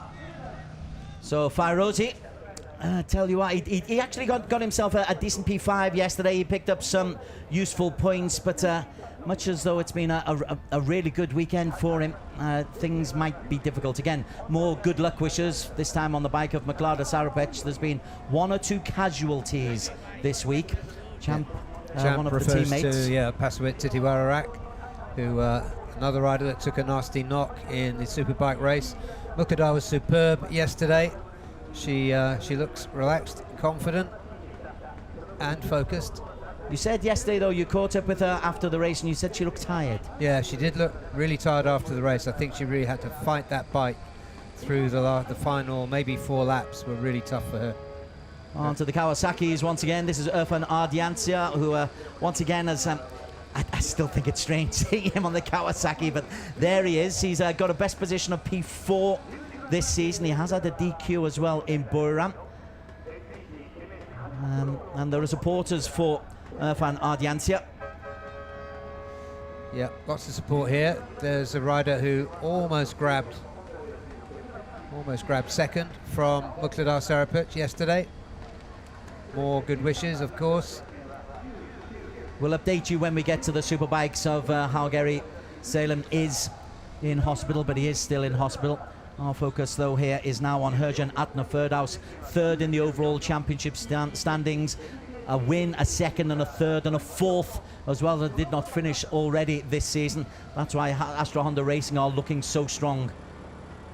1, 2, 3 in the overall championship standings. Then you've got Jakrapat, who's one of the emerging Thai racers who I know you've spoken about and rate very highly. Yeah, he is coming through really well. He's got Muqtada as a mentor in the pits, and he's doing really well, as is this rider, Tanat, also coming through on the Honda Racing Thailand talent conveyor belt. Promising future for Tanat as well. 3 8th places so far, not quite converting good rides into podium positions, but as you say, young racer, and you can see there's a little bit of determination behind those sunglasses. And then you've got Ayoshi alongside him on that third row of the grid. There's some really good riders in the AP 250s. I think it's a very, very strong grid with the likes of Waina Grohu down in P10, Itlan Hakimi, a highly rated young Malaysian, Warit and Watcherin, 2 very good young racers out of Thailand. And Kevin Quintal, one of the emerging talents coming out of India. Yeah, he looked good particularly good in warm-up this morning. And what can this Yamaha of Ferozi? Oh, I'm sorry, that's not Ferozi. That's his teammate, Wayu Nugroho. What can he do, indeed? Again, a best result of P9. He's a better rider than that Wayu Nugroho. We've seen him up at the top end. He is stepping up in the AT 250s. Toshiki Senda from SDG Hawk Pro is a wild card for this weekend. But riding for SDG, he will be a good one. There's Cao Vietnam from Honda Racing Vietnam. Familiar face. He's had himself a P4 this season, Cao Vietnam, and is consistently in the points. He's in the top 10 in the championship standings. I suppose a target for him, a genuine, realistic target, will be a top 5 place at the end of the season for Cao Vietnam. So we'll keep an eye on him. He generally isn't at the front end, so he doesn't get that much attention, but he is an improving racer season on season. Yes, he is. A good shot there. The grid cleared with 3 minutes to go. They have to clear the grid. It's nice when the production boys get new toys, they get to use them. This is the new drone shot that we've got of Sugo. Yeah, and when it's clear like it is today, I tell you what, this looks absolutely beautiful. It is terrific, yeah. Yeah, the perspective you miss when the cameras are close. So there goes the 1 minute board. So yesterday it was Reza Danica from P2, Maklada Sarapwech who got away. Fairosi, who is fastest, did recover to get a P5. There was plenty of good racing going on. It's 12 laps of this Sugo circuit. A little bit further down, you've got the East NJT racing team, the purple leathers there of the Thai competitors. Yep. Also riders that have been through the Honda Thailand system. And there come the East team members off the grid. SDG have got 2 riders this weekend, the Toshiki Sender, as you said, the wild card, and the regular rider, Chihiro Ishii. Reza Danica in the middle of that shot. He was the 2018 250 champion for the Asia Road Racing Championship. Maklada Sarapwech, 2015 Asia Dream Cup winner. Fairosi on pole on the Yamaha, alongside the clear championship leader Reza Danica and Maklada Sarapwech, P2 yesterday for Honda Racing Thailand. And for Motul Sniper, Irfan Ardiancia is on row 2. Next to him, Vida Ega Pratama and Herjan Atnaferdaus, both of those from Astra Honda Racing Team. Moving on to the third row, Jack Ripat from Honda Racing Thailand, and his teammate is Tanat Leongplio. Both are very young, talented racers, alongside Aiki Aoshi, who is due some luck here at Sugo. Wahyu Nugroho is on row 4, next to wildcard Toshiki Sender, and Cal Vietnam qualified 12th, just outside of him. Moving on to row 5, and you've got the young Malaysian for IDEMITSU Ubuntu Honda, Idlam Akimi, alongside East NJT Racing's Warrit, and Watcherin Tuktimon also for East. He was a TVS one-make runner-up last season, Watcherin. Yeah, promising young rider at the front of row 6, Irfan Haikal. Next to him, SDG Hark Pro's Chihiro Ishii, and Honda Racing India's Kevin Samarkintal. On to row 19, Nitian for Victor Racing Yamaha, alongside Duk Tian for Honda Racing Vietnam. And Liu Chun Mei from Chinese Taipei for on the Kawasaki Ninja. And on row 8, Yoshihiro Toyohara for Team Tech 26. Next to him, Leong Nangzi, the Hong Kong rider for Victor Racing, and the injured Li Ruyun for East NJT Racing. It is amazing she is racing. She's hobbling around worse than I am, but so determined to get out on the circuit. Yeah, she's got that, I think it's her right leg still strapped up. Yeah, all the right side. There was a heck of a bang that she took. There's the hill. That's so important, particularly with the smaller makes, if you can get a drag up the hill. And there's this longish race to the finish line. It's so important. It produces so many changes of lead in the AP 150 that we just saw. Sorry, the Underbone 150 and this AP 250 might be similar. So 24 on the grid, 12 laps of the circuit. Reza Danica, the man to look out for, but let's see if Fairosi Turkatolia is able to make this a good weekend. And the Yamaha gets off to a decent start. He is leading, but immediately he's going to be under pressure from Maklada Sarapwech. But once again, going into the first corner, it is the Yamaha of Fairosi. Let's hope for his sake by Russell he's able to hold off for more than half a lap this time. Yeah, well, he's done as much as he could have done from that pole position. The Mukhtar also got away well. Her 2 teammates ran wide on the entry to turn 1. We have got a faller coming into the corner. We'll work out who that is in just a moment. It was towards the tail end. I think that's Warrit, the tall rider. Yeah, it's one of the East NJT riders. We'll confirm that, but going out on the third corner. In the meantime, up at the front, Ferozi's been able to maintain that lead, but coming under pressure from the dual Honda presence of Mklada Sarapec, bike number 44.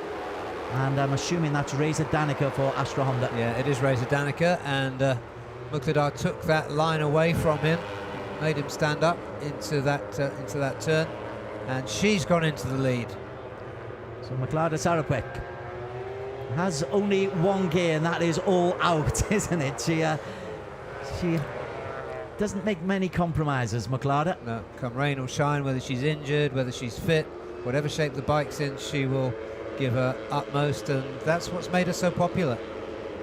The Kawasaki of Irfan Ardians is also in that little group as well, the livid lime green racing colours of Kawasaki, but it's Mklada leading from Reza Danica. And there is Irfan Ardiansa. He'll come through in P5. Mklada loses the lead though at the end of the first corner, and Reza Danica Arans decides to go for the lead very, very early on as he accelerates down the hill. It was Warrit Tongnapakan who went out in that first lap.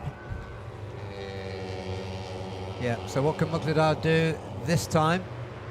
She chased Reza as hard as she could. The conditions are different today, much warmer, 26 degrees air temperature, so track temperature probably around 30, so a nice working temperature for these slick tyres. It was a bit cool yesterday. That'll be good for Ferozi as well, on the Yamaha behind them, on the blue Yamaha. And he seemed to get swallowed up a little bit. Not sure whether it was tyres or whatever, but he wasn't able to stay with the pace yesterday. Today, he's looking on the inside there of Mklada, but Ferozi, who started off on pole, and well, look at that, Reza Danica's not been able to get away, as I feared that he would do when he made his move at the end of the top straight. It was the second half of the race yesterday that he stretched away. He's chasing a 4th win of the season, a 6th podium in succession. Yeah, well, that's a really determined looking Ferozi Torakatula, currently in P3. He's been edged back from his early lead. He's got Herjan behind him, he's got Irfan behind him, so fantastic quality among these front runners. And the SDG wildcard, Toshiki Senda, is in the mix as well. So Ferozi has a look on the inside. Mklada didn't want to give any space there to Ferozi, and Herjan Atner tries to take advantage, but that's aggressive from Ferozi. And then Herjan tries to take that inside line from Mklada, has to stand up. Mklada will not be for moving, and that costs Herjan Atner a place as Veda Ega Pratama goes through in his place. And then Irfan Ardiansa goes inside once again, so dueling in the mid-range at the AP250 in the early stages, but all that does is help Reza Danica. Yeah, exactly. Let's just see what effect that has. It looks initially as though Ferozi is trying to get after Reza Danica. Let's see what happens. Hopefully Torakatula Ferozi can not get in the way of Mukladar, or vice versa. He's going for the lead. Not going to get it this time, but this is a really good battle at the front. As you said, it was around about the 5-lap mark, or 6-lap mark, midway point, that Reza Danica really made his move. But by then, Ferozi wasn't in the picture. And here comes Irfan Ardiansa. He fancies Muktadar's 3rd place as they get into the chicane. Good shape coming out of the chicane for Reza Danica. Ferozi follows the same line as Reza Danica Arans on the Astra Honda as they go up the long hill. Yeah, he is inch perfect, Reza Danica, and that could be why over the full race distance he does eke out an advantage. Irfan Ardiansa just squeezed out there by Veda Ega Pratama. We are 3 laps in, a quarter of the way through. Reza Danica took the lead midway through the first lap and has been able to hold on to it ever since, but there's some good dueling going on behind him. Irfan Ardiansa reclaims that place from Veda Ega. Mklada Sarapec in P3 on bike number 44. The yellow front, the green helmet. A little bit further back, Aike Ayoshi isn't too far removed. Ayoshi is owed an awful lot of good fortune by this circuit. He certainly is. Yeah, let's hope he can do it this time. And there we go. As we were talking about him, he did it yesterday. New lap record for Aiki Iyoshi, 139.015. There he is. These lap records are tumbling over this week of racing in Sugo. It's a high quality field, and somebody was just pushed out a little bit wide there. But Ayoshi's got himself onto the tail end of those fronts. He's P7 at the moment, so there's a line of 6, and his teammate Irfan Ardiansa has pushed himself into the middle of that. And Ferozi, as we were looking at Irfan Ardiansa, Ferozi's dropped from P2 down to P5. I'm hoping that was a mistake and not a loss of power for the Yamaha. Yep, Reza Danica takes a look behind as he starts the haul up the hill. As they appear over the brow of the hill, Reza Danica, Mclada Sarapwech got a nice drag up there. Irfan Ardiansa now moves into the top 3. Ominously so. These Kawasaki's, they are beautiful looking machines, big powerful beasts. Yeah, and nicely decked out too.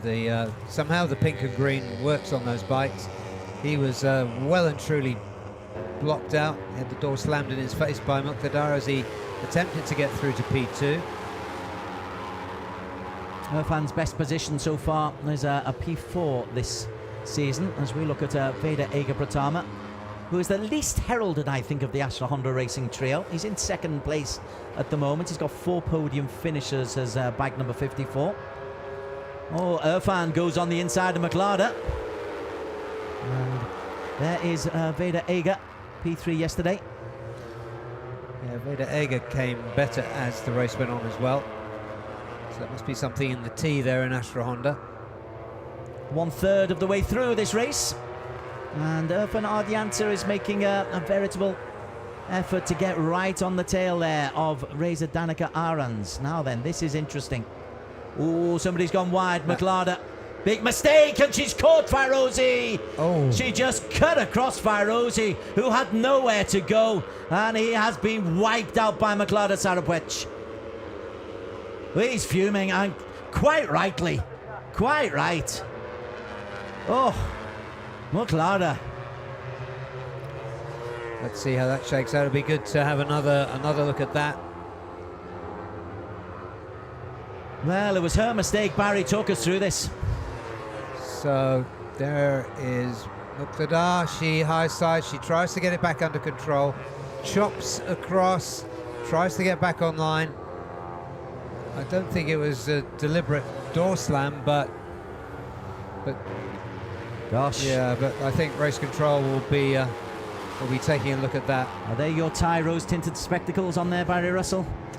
Well, I'm not saying that she was blameless. She should have been more aware of the riders around her, but these things do happen really fast. Oh, Ferozi.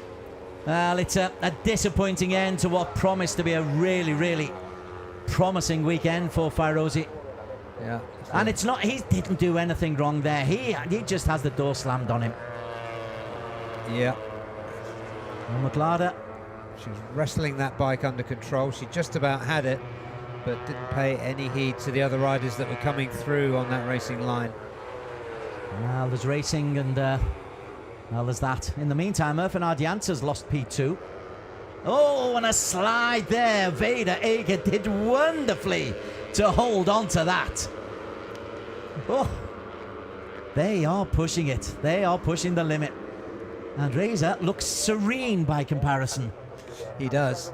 And that, yeah, like a Buddha, indeed. And the gap is now back to Veda Ega Pratama, the other rider that came good late in the race yesterday. Reza's lead has halved to 0.255 of a second, and actually now to about 1 bike length. But I'm sure Veda Ega is on adrenaline at the moment because he was so close to coming off on that chicane.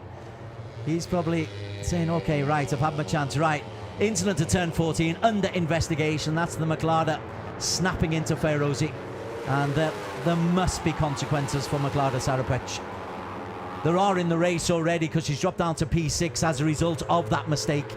But this is a four-way battle for P1. We are beyond halfway now. And it's a 1-2-3 for Astra Honda on track, and it's a 4-5 for Motul Sniper Manual Tech Kawasaki. Irfan at the tail end there. Yeah, he knows these riders very well, Barry. Yeah, absolutely. Yeah. Irfan was, of course, an Astra Honda rider previously. As you were saying, it's hard to get used to seeing him on that green machine. But the green machine is just chasing. Herjan Atna Ferdhaus, a new lap record, 138.9. That is bike number 46, currently in P3. That's how he got himself in front of Irfan Ardiansa.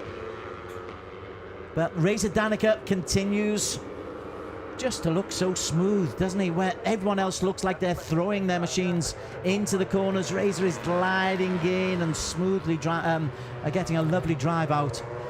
Yeah, half race distance now, and he is scampering away. We'll keep an eye on Irfan Ardiansa. Kawasaki was looking good. Lap 3, 4 and 5, but he's just dropping a little bit off the pace at the moment. Ayoshi similarly has got himself up into P5 without really being able to get onto the tail of this front four. There's the second Kawasaki just coming down the hill. I'm going to keep an eye, I think, on Aiki Iyoshi in that P5 at the moment, see if he can make an impression. Looks just a bit too far. Although we have got 5 laps to go, we've still got, what, 15, 20 kilometres still to race. Yeah, and he has got Muqtada snapping at his heels. Oh, Reza Danica under pressure, but no.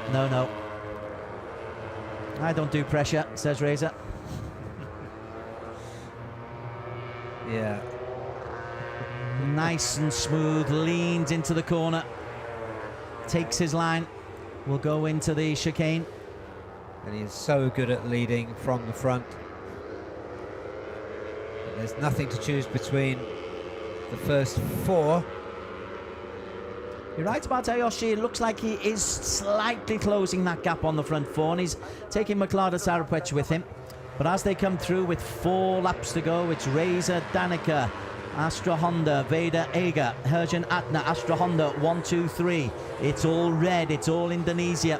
Irfan Ardiansa, the green, but Indonesia as well. And then Ayoshi, who's just lost out to Mklada Sarapwech, who's recovered from that problem. Wayne Groho coming into the reckoning as well, down in P8.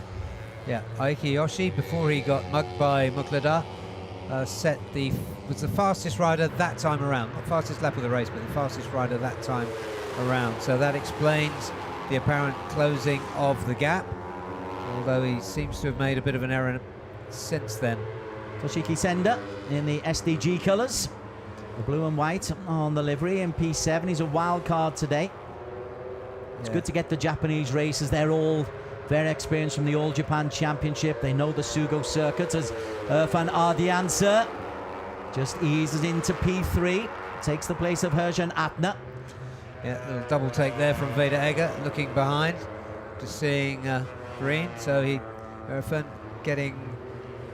looking for looking for retribution with his former playmates at Astra Honda, perhaps. Right then, the 5 behind have joined up. Mklada is back there. There is the scene of her crime, the chicane, but she's now right on the tail of Herjan Atna, and it's a 7 rider shot. Yeah, it's a totally different race to yesterday. Veda Ega bothering his senior teammate. Herjan Atna now back up into, Herjan Atna back up into 3rd. Senda's dropping off the pace at the back, although he had a 138.8. He followed that up with a 139.3, so just dropping 2/10 off the back. But now we've got 1, 2, 3, 4, 5, 6, and Senda chasing in. Yeah, this is good work by Senda too. It's a difficult class for wildcards to come in. They have very particular regulations for AP250s. The two Kawasaki's in P3 and P6. Sender's clearly got a problem. He's dropped way off. Sender is out of the race.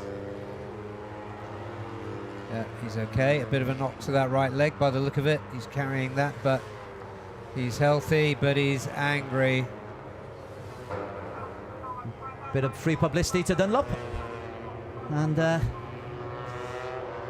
in the meantime, Reza Danica, while all of this is going on behind him, Reza Danica serenely leads again, right the way through. It's so cool. McLarder nearly does it again, and I think Aiki Yoshi had more than one eye on McLarder. Who was that, an apology, or was that? I think that was a follow me and stop being silly. Well, they're dueling down the main straight. Ayoshi did not like that, and McLarder is getting a bit of her own medicine back at her. Yeah, Aiki got ahead of her there. He wasn't taking the instruction to follow me. He wants to be part of this podium fight action. 1, 2, 3, 4. Irfan Ardianta just dropped behind Herjan Atner. So the Astra Honda 1, 2, 3 is still there. Kawasaki 4 and 5. Looking a little further back down. Cal Vietnam is 8th. Kevin Samar Quintal is 10th. Meantime, there's McLarder. This is going to end in tears, this one, you know. This is going to end in tears. McLarder and Ayoshi. It's going to get tasty, this one. We'll keep an eye very much on that battle. As they're dueling, though, Barry, they've lost a lot of ground on the 4 in front of them. They had closed right up. Van Ardianza try a cheeky little move into the chicane. Yeah, Mukadar and Aiki Yoshi probably out of podium contention with just 1 lap remaining after they go over the finish line. Oh, McLarder's in trouble. McLarder's disappeared. As we go 1, 2, 3, 4, McLarder Sarapwech is out of the race. And it is at the chicane. It's at turn 14. It's almost karma. Final lap. Again, Reza Danica still leading the way. Astra Honda 1, 2, 3. Irfan Ardianta a little bit out of the frame. Behind them, Herjan through to P2. Yeah, nicely moved by Herjan. We mustn't forget just how fast Herjan is and just how well he's coming through. And Vida Eger, the promising youngster in this 3-rider 250 lineup. Meanwhile, like jaws behind them, their former teammate Irfan Ardiansia is lurking. That was almost him preparing for one final onslaught. He's got three riders he knows very, very well in front of him. He needs to take a gamble at some stage, unless he's happy with P4. Herjan looks over his shoulder. Sorry, was Vader Eger looked over his shoulder. He's the man under most pressure for a podium place in P3. Behind them, Ayoshi. Looks like he's going to come 5. Irfan squeezes through on the inside. Is he able to hold on? No, he's not. Oh, and the two Astra Hondas hit each other. Irfan is out. And look at this. It is going to be a 1 for Reza Danica Arons. But Ayoshi is going to come through and take P2. I can't think that the second Astra Honda is going to be allowed to get through here. But the victory goes to Reza Danica Arons. Second over the line is Vader Eger. Third will be Ayoshi. Reza was involved in that final chicane mix-up. It was Herjan who rocked away up the hill from Vader Eger, and Aiki Yoshi came through in third. Finally, some reward for Aiki Yoshi. Wow, Reza Danica Arons, of anybody to fail at the last, that's the man you would not expect it to be. Herjan Atner takes the victory. Vader Eger Pratama, Ayoshi in third. I'm not sure, though, that Vader Ager will be allowed to, because he went straight through the chicane. There could well be an incident under investigation. This one will need some clarification by Russell. Let's have a look at the incident, though, coming into the final corner. So Reza Danica. So he's the one who's... Oh, he's just overtaken there, isn't he? Yep, Hergen went up the inside. Vega hit him. Hergen onto the grass. Erfen down. Aiki comes through. So Hergen, well, he's not working under team orders there by any stretch of the imagination, because he has taken out Reza Danica Arons. Hergen will come through. There must be a question about Vader Ager's position in P2, but he's gone over the line in P2. Ayoshi has finished in P3, so a little bit of luck for Ayoshi here. Wayne Nagroho officially 4. Reza Danica picked his bike up and has come over the line in P5 ahead of Cal Vietnam in 6. Watcher in Kevin Quintal. Irfan Ardiancia, who picked his bike up and finished in P9. And Jack Rapat in P10.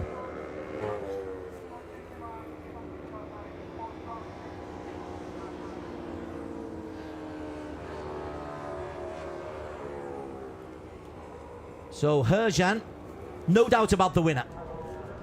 No doubt about the winner. No doubt about the incident at the chicane. There is your winner, Hergen. That is his second victory of the season. I'd imagine, though, his teammate won't be too thrilled with him. Here's the result as it stands. Hergen Atna, 1.6 seconds clear of Vader Ager Pratama. Ayoshi in P3. Nagroho 4. Reza Danica having led almost from the end of the first lap until the last corner. He got up his Astra Honda to finish P5. Cal Vietnam 6. Watcher in 7. Kevin Quintal 8. But I'm pretty sure Race Control will want to have a close look at that incident on the final corner. Irfan Ardiansa picked up his bike, the Kawasaki, to finish in P9. Jack Rapat in 10. Nitian 11. Chihiro Ishii. A good 4 points for Chihiro for SDG Park Pro Honda in 12. Irfan Heikel 13. Yuchun Mei in the points, as was Yoshihiro Toyohara for Team Tech 2 and 24 Service YSS.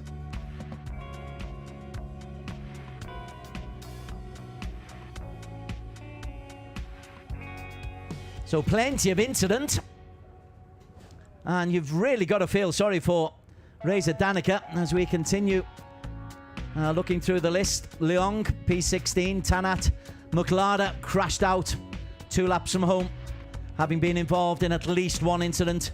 Sender, his bike failed 3 laps from home. Idlan Hakimi, problems 4 laps from home. Duktan out 5 laps from home. Farozi taken out by Muklada on lap 4.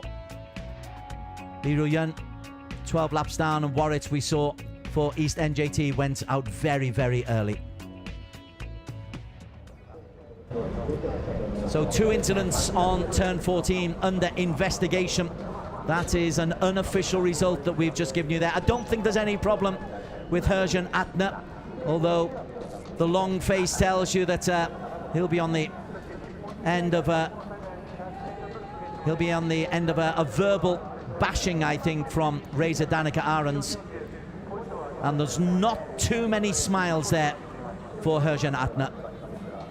But the victory is his. I think that is beyond any doubt. That is his 4th podium and 2nd victory of the season. Vader Ager may well lose that 2nd place. In fact, I'm hearing in my ears that he has. And it's going to be Aike Ayoshi who gets a P2. And the P3 will go to Vader Ager. But they are unofficial, and we await the final detail.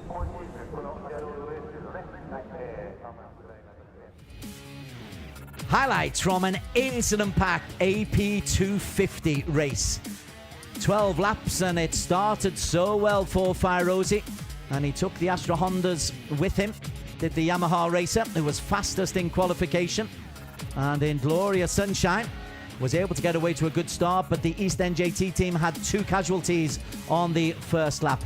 But bike 123, the overall championship leader, Reza Danik Arons, he got himself into the lead towards the tail end of lap number 1 and looked like he wasn't going to relinquish it despite some real dueling going on behind him. Maklada Sarapec, bike number 44, would be involved in an incident coming into here.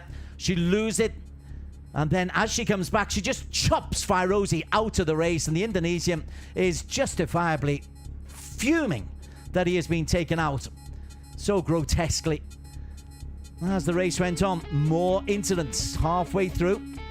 Fernand Janse had got into the situation, and we just saw there that Herjan Atna, bike 46, had a little bit of a wobble, but Reza Danica Arons was looking really, really controlled. There is an official change of position, I can tell you, as the wild card went out, having posted a fast lap time. And with 3 laps to go, there's some dueling once again involving Maklada. We know that she only has 1 button, but she would crash out on the turn 14. Then the final lap, there are 2 Astra Honda riders there, causing real problems for Reza Danica. Reza Danica would get his bike up and finish in P5, but the victory would go to Herjan Atna Firdous. But it's a Pyrrhic victory for Astra Honda Racing, and there's precious few celebrations as he goes over the finish line. So the result has been reversed. Veda Ega, who had crossed the line in P2, is dropped down to P3. Ayoshi, who had been in P3, is elevated to P2 because Veda Ega went through the chicane before coming up the hill. So Ayoshi gets a bit of fortune on that final corner. But the winner, Herjan Atna Firdous for Astra Honda Racing, bike number 46. There is a smile, but I'm sure there'll be some tough words in the Astra Honda camp when he gets back into his pit.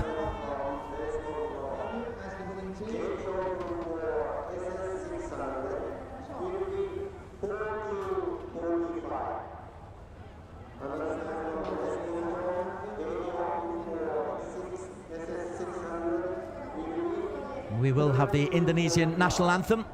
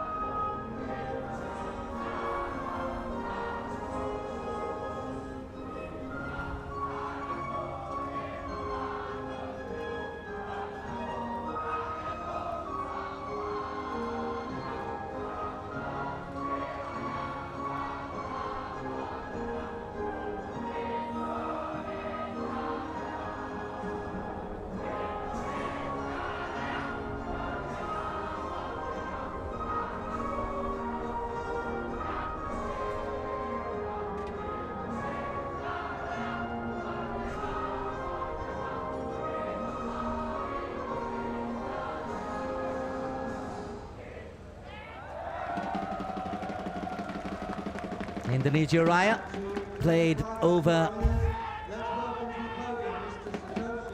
the circuit system, but it is a very, very understated celebration from Herjan Atna.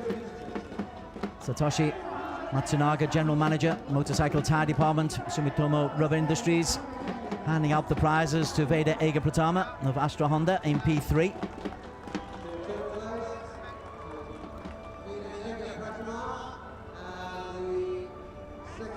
For P2, at last a little bit of fortune for Ike Yoshi on the Kawasaki. The Moto Sniper Manual Tech Racing Team picks up P2. And the winner, Herjan Atna Ferdaus, took the initiative on the chicane to take the win from Reza Danica Arons. The smile is broad now, but I'm wondering if there'll be some words in the camp afterwards. Stefan Maki Karapier, the FIM Asia president, hands out the team award. Once again, it will go to Astra Honda Racing. And there is a smile, of course there is a smile, because his team are 1, 2, 3 in the overall championship standings.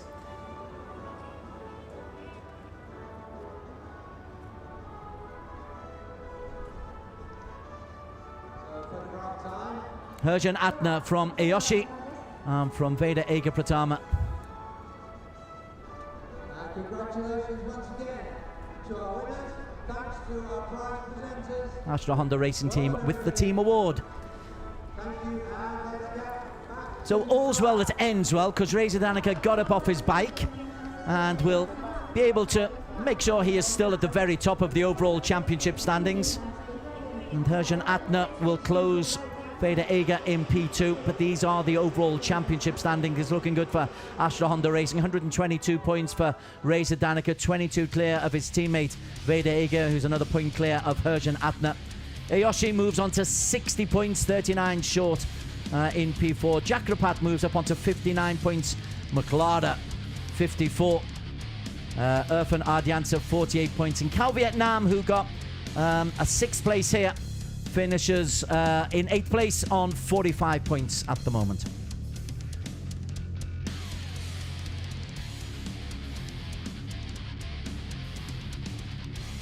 I think we can go down and get some reaction, and it'll be interesting to see what the mood is in the Astra Honda Racing camp. What a wonderful race that was from the AP 250 riders. Some varying results. As always, I am standing here with Veda Ega Pratama from the Astra Honda Racing Team Indonesia, who has P3. Vida, bisa kamu kongsi sama kami apa yang terjadi sewaktu di check-in terakhir tadi? Ya, tadi Irfan mencoba untuk menyalip saya di lap terakhir tadi. Mencoba mensalip saya, tapi saya juga berusaha untuk bisa agar dia tidak menyalip saya. Tapi ternyata tikungannya sudah dekat dan saya coba untuk brake keras, tetapi di depan ada Mas Risa yang lagi belok dan saya senggolan tadi. Right, so he's just saying that earlier Irfan tried to overtake him. He hit the brakes really hard. Riza was right in front of him. They collided a little bit and then ended up falling. Yeah, thank you so much. Okay, and now we'll have Aiki Yoshi with us, who has P2, right, from Motul Sniper Manual Tech. Okay. Congratulations, Aiki. These are really good results for you and your first podium for this season, okay? But we saw that you had a battle with Muklada many times in the circuit. So can you tell us about that?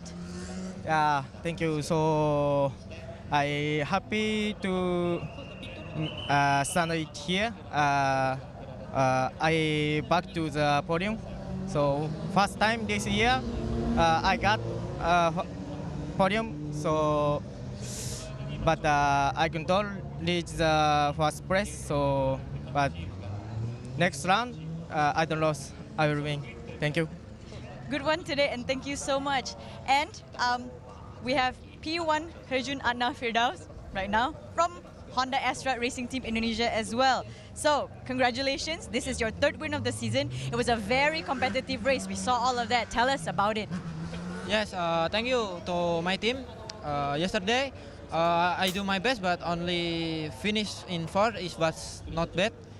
And after race 1, we analyze everything. We make some setting in the warm up. We try and then positive. And this race, my bike was perfect. Can I say perfect? But this is still have 3 rounds to go. I will fight for the championship, and I hope I can win the championship this year. Thank you. Congratulations, good job, and see you in Mandalika. Right, let's head on to the grid because really soon we are starting the Super Sport 600s.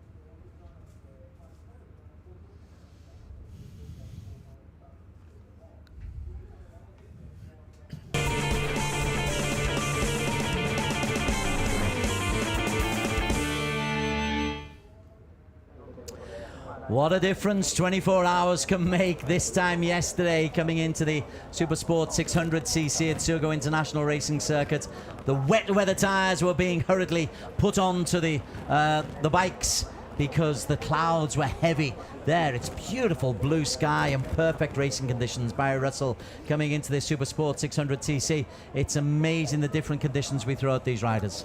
Yeah, it was starting to teem with rain when we got to this stage of proceedings yesterday afternoon, and it's good to see the sun out.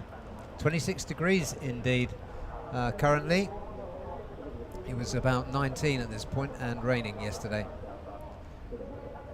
Best of the highlights from race 1 in the rain at Sugo, and it was a case of get those wet weather tyres on as early as you can, and even the spectators, they were getting out of the rain as well, and it would have a major impact on the way that this race went. There would be a red flag, that's the first thing to say. But Kito Abe would have a magical time.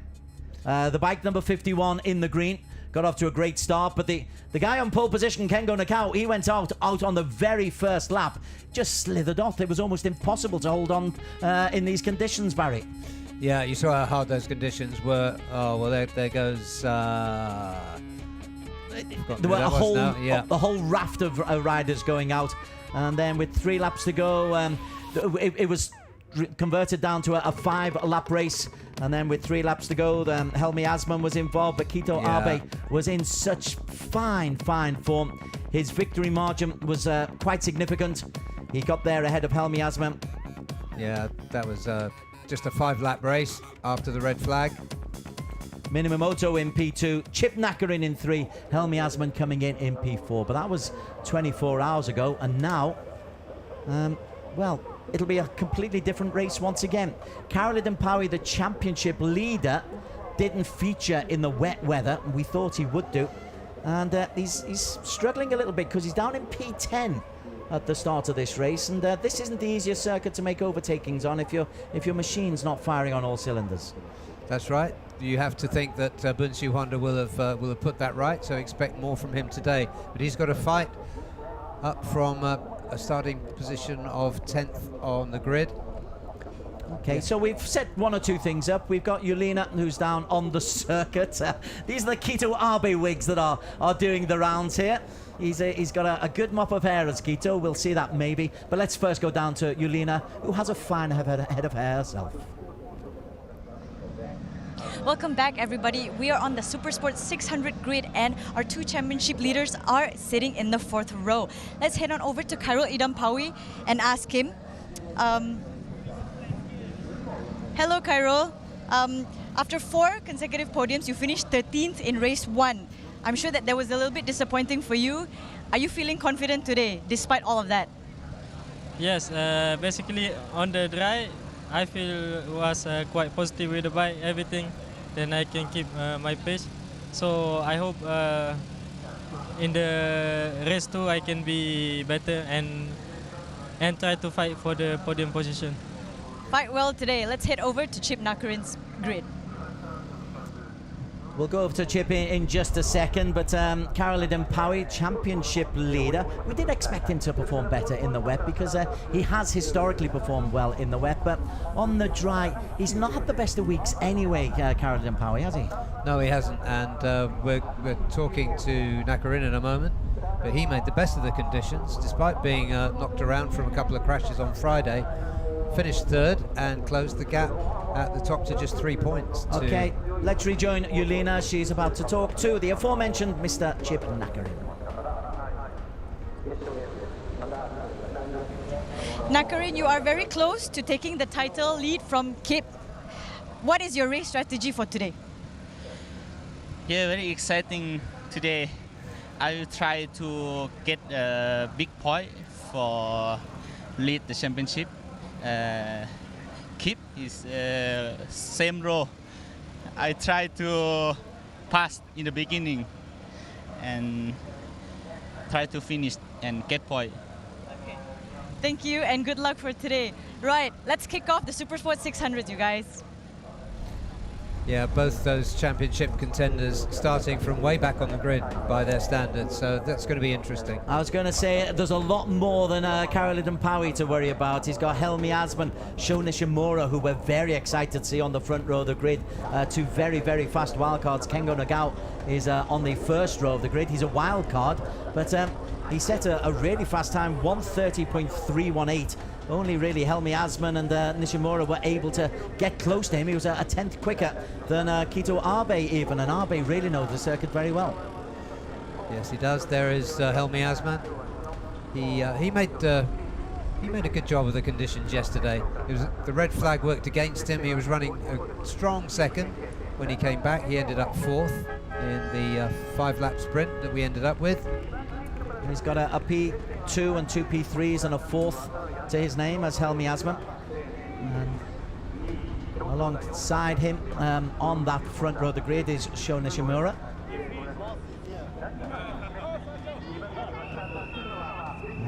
Sho on the Yamaha, one XOX TKR racing team, a wildcard here, but a DNF yesterday. And there's the man who's the wigs are all about, Kito Abe, as he gives us a show of those famous locks.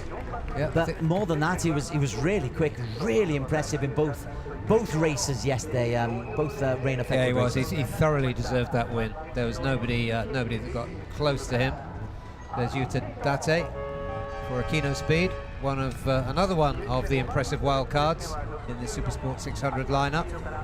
And alongside them, Soichiro Minamimoto. It's good to welcome him back to the full season this year. He picked up a P2 in the rain yesterday. He had a P3 in Buriram early in the season. He's also had a P5 in Sepang and a 6 in Buriram, so he's not going to be too far off the pace. And Adnan Tapucha stepping up to 600s. Best position 6th this season. Yeah, of course, we all do wish the best for Gary Slim's recovery. Galang Hendra Pratama on the Yamaha, right in the middle of the pack. Picked up a P8 yesterday. That's his best result of the season in the wet. And alongside him, Azrai Akim Anwar, the spiritual brother of Helmi Asman. Bunshu Honda Racing, they've got three very good racers in it today, including Caroline Dampawi, who we had a chat with. There's more of the Abe fan club.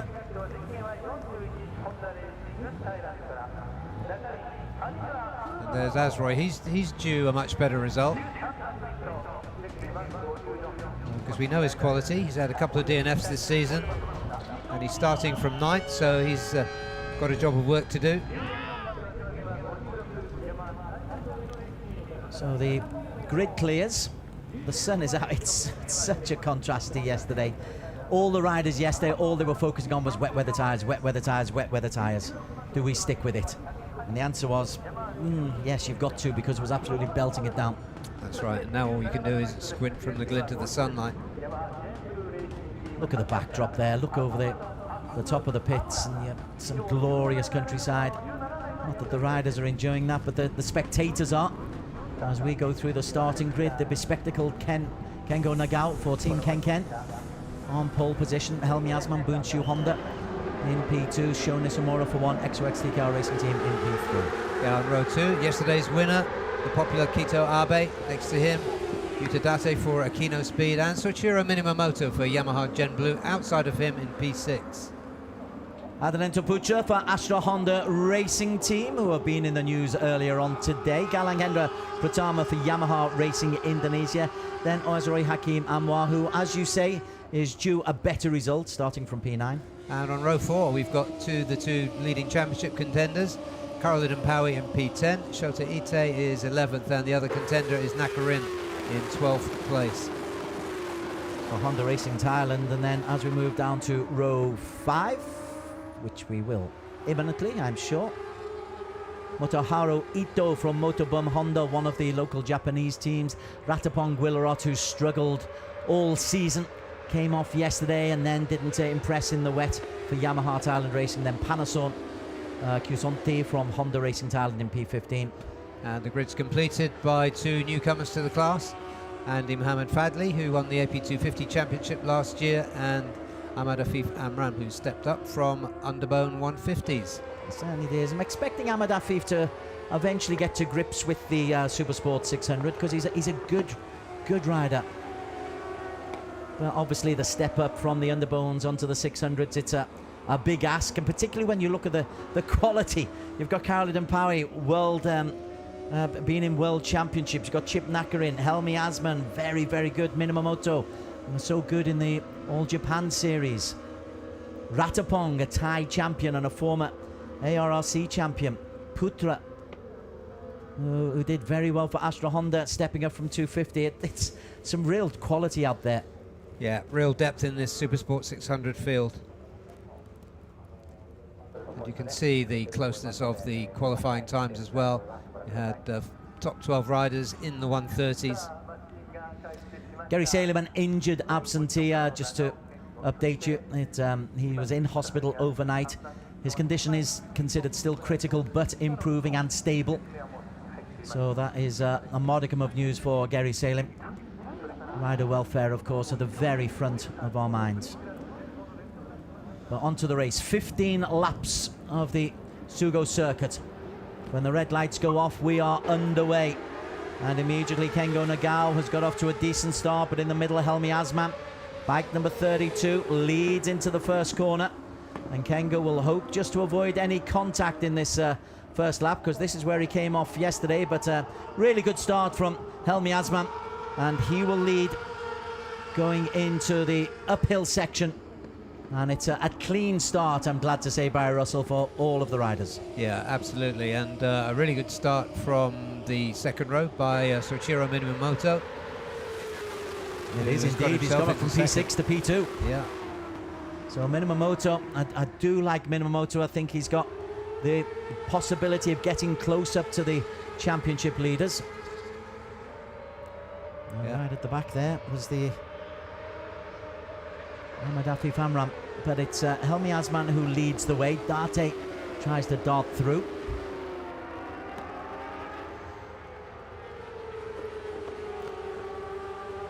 Nice procession. Minamoto still holding on in P2 comfortably.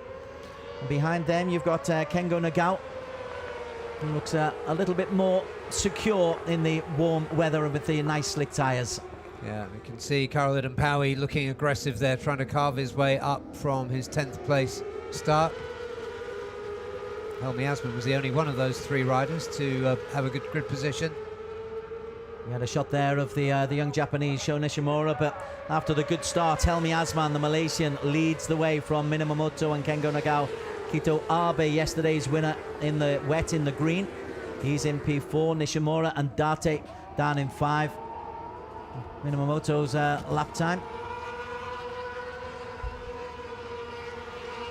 And Helmi looking secure at the moment, but Minamoto equally looking good, and Nagao, because Nagao qualified really quickly, and obviously the rain makes a huge difference, but Nagao looks a completely different rider today. Yeah, he does. He obviously favours these conditions.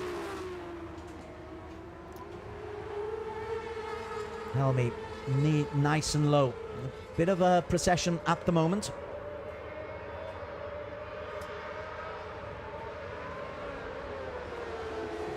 Helmi happy to lead that procession. Minamoto, Nagao goes a little bit wide, offered an opportunity there for Kito Abe. Bike 51 just to accelerate through. Further down, I'm just seeing if Karol Idampawi's made any headway. The answer is yes. He's got up to P7, Karol Idampawi. Yeah, he's just coming up there behind Sho Nishimura. Yeah, there he was as they come into this chicane, which can cause one or two problems. Now then, Abe has got in front of Kengo Nagao as we look at Karol Idampawi on the Bunshu Honda, the championship leader, but only by 3 points from Chip Nakarin. Nakarin, in fact, down in 13th. Yeah, he's dropped down, hasn't he? Minamoto has a look. And yes, our friend Karol Idampawi is looking a lot more secure in P7. Behind him, he's got Yuta Date. In front of him, he's got Sho Nishimura. Got himself up to P6, Skip. So Helmi still leading the way. It's 15 laps, so I'd imagine the first 4 or 5, it'll just be a case of everybody getting into a rhythm, into a groove. And the real racing to start in the midpoint of this race, as Minamoto actually proves me completely wrong by taking the lead coming down the hill. Minamoto is also followed by Kengo Nagao, who tries to take Abe on the inside and does so successfully. So a change for P1 and a change for P3. Yeah, great racing from the wildcards. They've really brought some value to this round at Sugo. And look at that, Karol Idampawi's eased himself up into P5 now. He's got ahead of Sho Nishimura, and he's got Kengo Nagao in front of him. Andy Mohamed Fadli is in trouble. There is Andy Mohamed Fadli. He's out the race. This step up from 250 to 600 has been a tough one for the Yamaha racer. Yeah, it has. He said in an interview earlier he was finding it quite a struggle to get the right setup. Hopefully he'll get there. We know he has the talent. Karol Idampawi, fastest lap of a 1:30.490. So as he said, in the dry he's a lot more comfortable.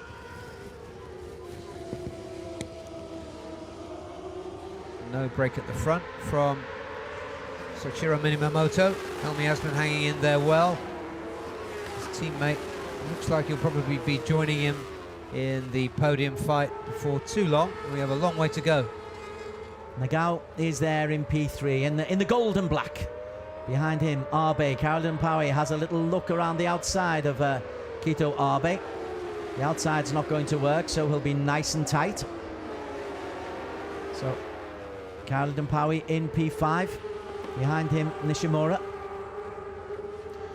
Yeah, probably the best overtaking opportunity on this Sugo International course is drag up the hill out of the chicane and take your place, consolidate your place if you gain it into turn 1.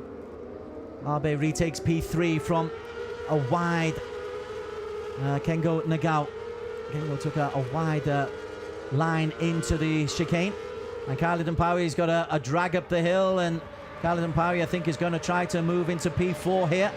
Can't quite make it because Nagao closes the gate on him at the top of that long straight. Yeah, he's an impressive rider, Kengo Nagao. Not daunted by the company that he's in this ARRC Supersport 600 class. The wildcards in this really do add a complication for those who are regulars in the competition. But Minamoto, he's not worried about them at the moment because he's ahead of all the wildcards. As is Abe, as is Helmi Asman. But we're continuing to focus on Khalid Mpawi. In the meantime, I know you're keen to find out about Chip Nakarin. He's down in P10 at the moment. In championship terms, it's very much going Khalid Mpawi's way. I think I saw him just take another place. There he is, 41 in the red livery. Chip Nakarin. Still plenty of laps to go. Could be that the injuries he picked up on Friday are coming back to haunt him now, because on a dry track, it's much more physical effort required to ride these bikes. We're focused on Chip Nakarin because there's only 3 points off the overall championship lead, which is held by Khalid Mpawi. And we'll follow them through the chicane here. And he will go up in 10th place, but he's in a group. He might find it possible to get up into, what, a top 6 maybe? But beyond that, it's going to be difficult. Down the main straight. Yeah, that was Azroy. Out of the 3 Bunsu Hondas, we haven't talked about him too much during the course of the race so far, but he's just moved up, I think, into 7th place, and definitely another one to watch.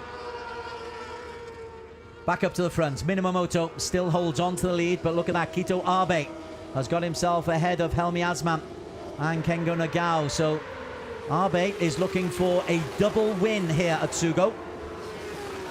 And the green livery of one XOX is very familiar. In the meantime, there is Azroy Hakim Anwar, who you were just talking about. Yeah, we know how good he is, but it's so difficult if you start from further back to make up ground in dry conditions, because the riders are so close in terms of lap times, bike preparation. He's in P8, is Azroy Hakim, and he's got Yuta Date around him, and Chip Nakarin. That's a bit of a gap there. This is now beginning to get a little bit worrying for Chip Nakarin. Yeah, his championship bid doesn't look like it's going to improve. Ooh, look at that. Abe takes advantage of a hesitancy from Minamoto, as does Helmi Asman, and Minamoto goes from P1 to P3, and it could be P4 as they drive up the hill. And Khalid Mpawi is looking to make a move there as well. Minamoto recovers and slams the gates on, but coming through is Sho Nishimura. Ooh, that's congested there. And all it needs is one mistake at the bottom of the hill, and you are there for the taking. Yeah, Kengo Nagao too came through really fast on the home straight. So a new race leader in Kito Abe looking for a race win. So proving he can perform in the wet and he can perform in the dry, and all those fans in the stands. You can understand it a little bit more now. Yes, you can.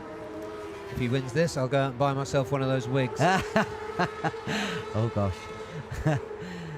Barry Russell is buttock, so you really that would be a change, as Helmi Asman tries to avoid such a monstrosity happening. Coming through in the meantime, that's Nishimura trying to get on board.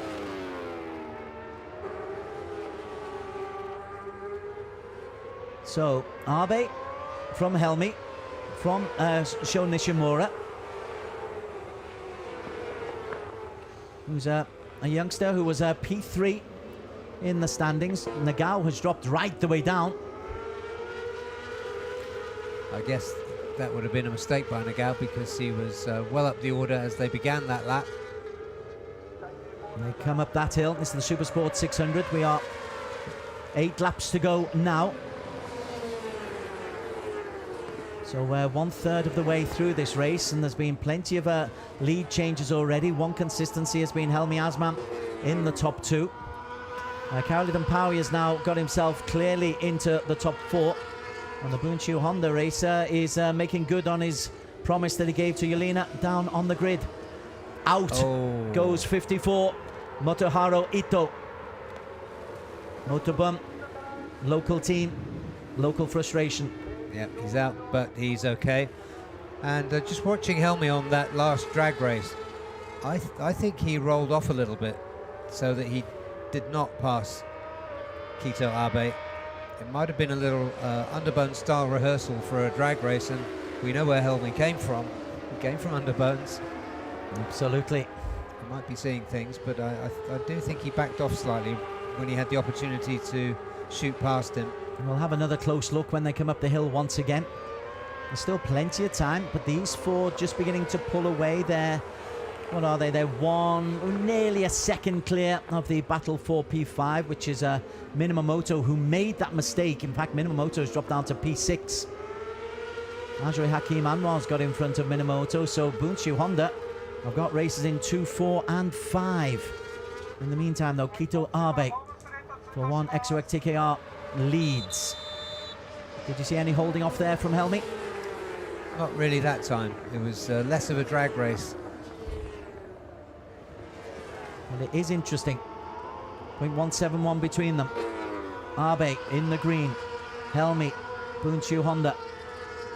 Behind them, Sho Nishimura, who's fast. A genuine wild card. It's the fun of the wild cards. Yeah, as you said, Des, frustrating for the regulars as they nick championship points from them, but fantastic for the rest of us. Karolidon Paui in 4th. He's under pressure from Ajay Hakim, and you pointed Ajay Hakim at the on the starting grid as somebody who was due a better result, and certainly his performance in pulling into the top 5 suggests that he's going. In fact, not is he only in the top 5, he's in the top 4 as he goes on the inside of Karolidon Paui. Temporarily in the top 4, back down to 5 again. Good racer. Yeah, that was a pretty quick lap there from Azroy, evidently on track. Karolidon Paui just posted a 1:30.4, which is the fastest lap. Abe leads from Helmi Asman as they power up the hill once again.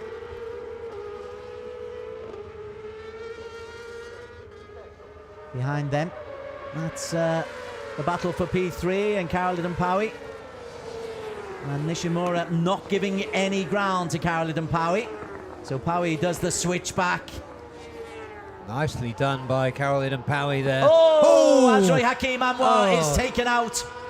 Oh, that's cruel luck for Azroy. Ajay Hakim smashes into the very soft padding around this arena. Yeah, Azroy looks as though he's okay, but rotten luck for the Malaysian. A genuine racing incident, that one. I don't think there's anything that Nishimura was doing that was out of really out of racing etiquette. Let's have another look, Des. So he comes through on the inside. Yeah, he just lost the back under acceleration as he came out. Touched the back wheel of Nishimura, and Bosch. It is pretty soft, that padding. I'm quite happy the bike was alongside him and not behind him, though. Yeah. So, one Bunchu Honda rider is out, and poor old Ajay Hakim Anwar. He's going to lose out there, but his teammate Helmi Asman is still in pursuit of Kito Abe. Karolidon Paui in P3. Kip still got that fast lap of 1:30.49 as they come up and over the top. Now then, we're beyond halfway. 5 laps to go. Ali Mohammed Fadli out, Ito out. Ahmad Afif Amran seems to be out as well. See how hard Kip's pushing there. He almost lost the back end coming out of turn 2. He's desperate to get right on the back of his teammate and within shot of a win. It's a big ask, but there's 5 laps remaining. Abe lapping regularly, 131, mid 131s. Helmi matching him, second for second. Nishimura's worth keeping an eye on, although that crash seems to have just taken a little bit of the sting out of his challenge, and Khalid Mpawi is now coming onto the heel of his teammate, Helmi Asman.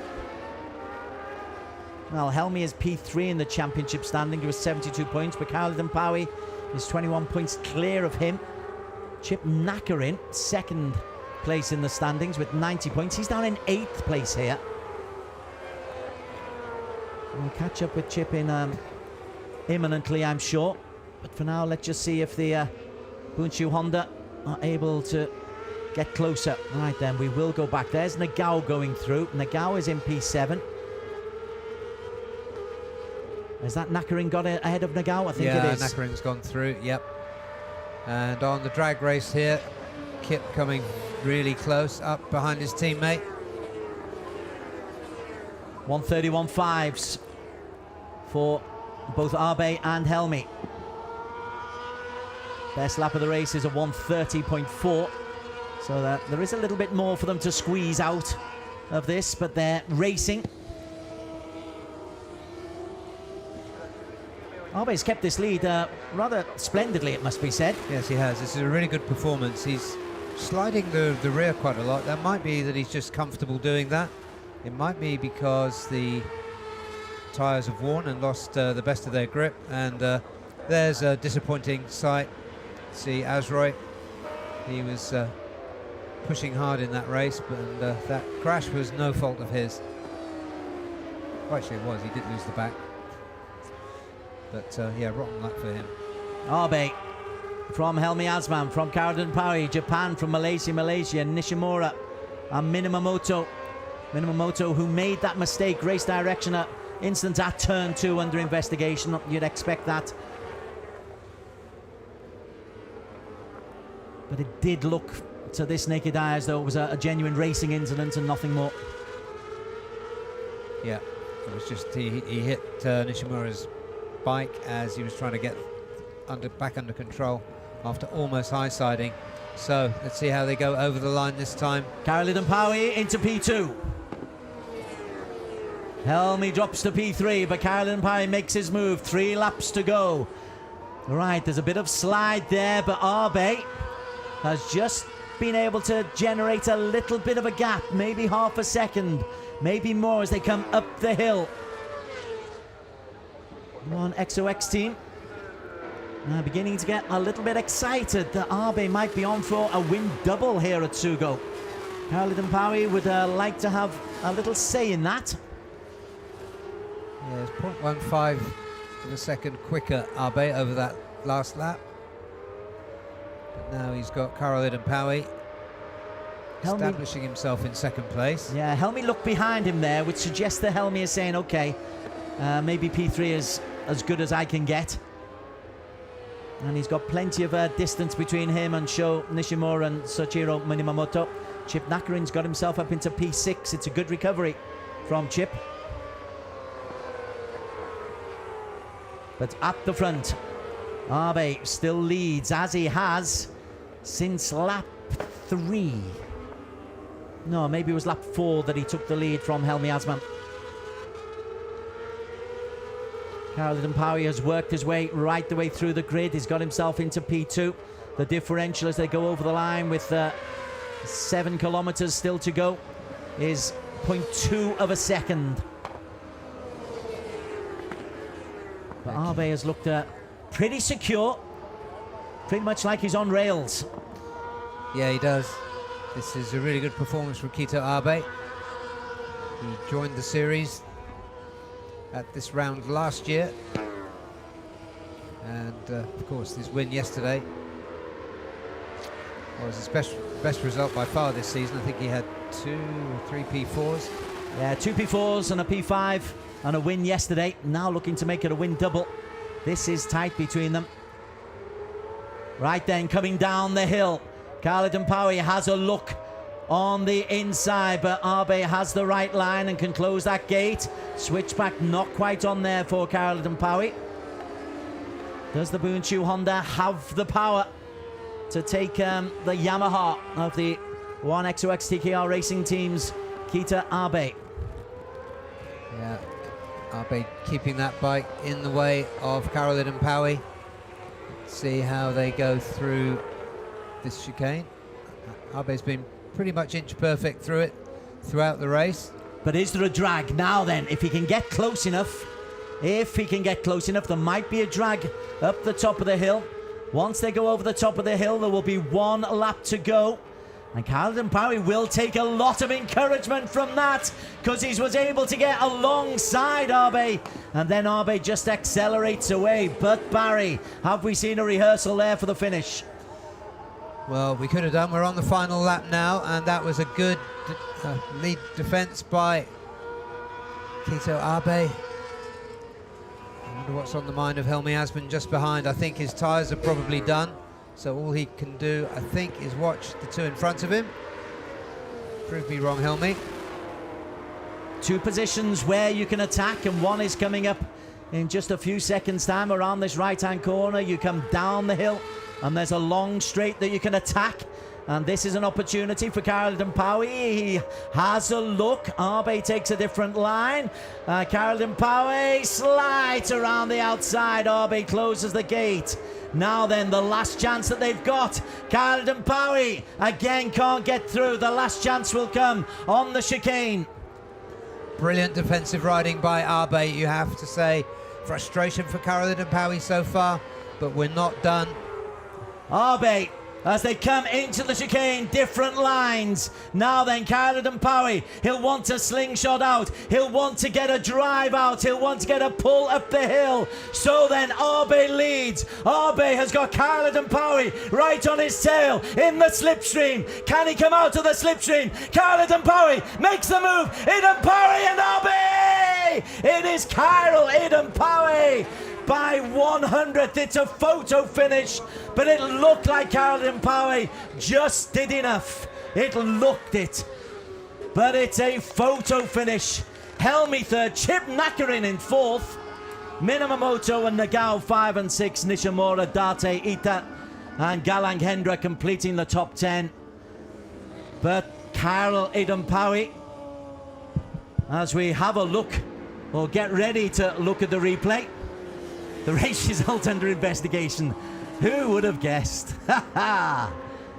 Fabulous. It was building up and building up and building up to this finale. Neither racer knows. Abe doesn't know. Karol Idampawi doesn't know. He got the drag. He got the pull. Did he get in front? Oh, wow, wow.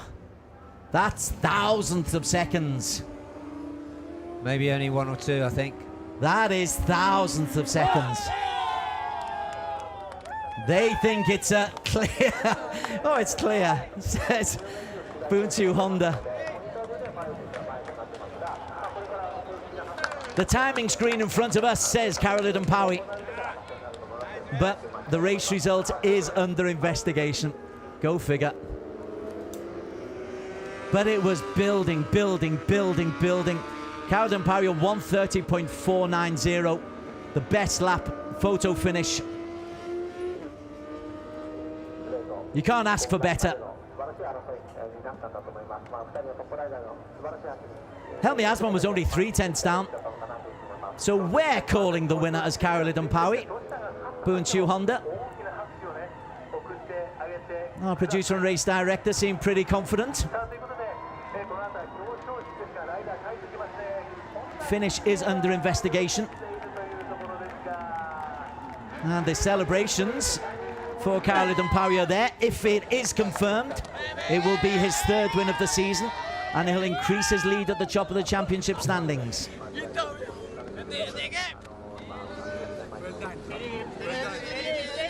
But if he has won it, if those tears are genuine, it is in the thousandth of seconds. Well done, Helmi Asman in P3. A good 16 points for him.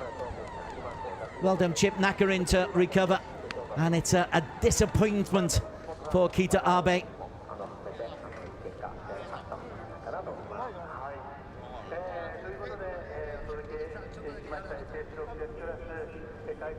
But we are awaiting the official result. Stunning, stunning finale. And Karol Idampawi, he tried, he knew where he was going to try and make his move. He knew he'd get the drag up the hill. He got the drag up the hill. His exit from the chicane was as good as he could expect it to be. And it looks like he's taken this by thousandths of seconds. Here's the unofficial, unconfirmed race result. 0.001 of a second. Karol Idampawi's margin of victory over Kito Abe. 3/10 down Helmi Asman. Chip Nakarin winning his own individual battle. That could be a very useful 13 points for Nakarin in P4 for Honda Racing Thailand. Minamoto in P5. Kengo Nagao, a respectable P6 for Team Ken, the wildcard. Sho Nishimura, 4.5 seconds down in P7. Yuta Date for Akino Speed. Again, real respectability, and these wildcards have made a genuine contribution to this weekend. Shota Ite for Akino Speed Green Cycle, 8.5 seconds down. Galang Hendra, Yamaha Racing Indonesia will pick up 6 points for 10. Panason and Adanentra Putra's Education for Honda and Astra Honda Racing respectively will continue. Ratapong Wilrot's frustrating season continues with a 3-point weekend. Afif Amran's learning curve on Yamaha Gem Blue. Azroy Hakim Anwar, he was unfortunate to go out, as was Ito and Andy Mohammed Fadli. Neither of those finished the race.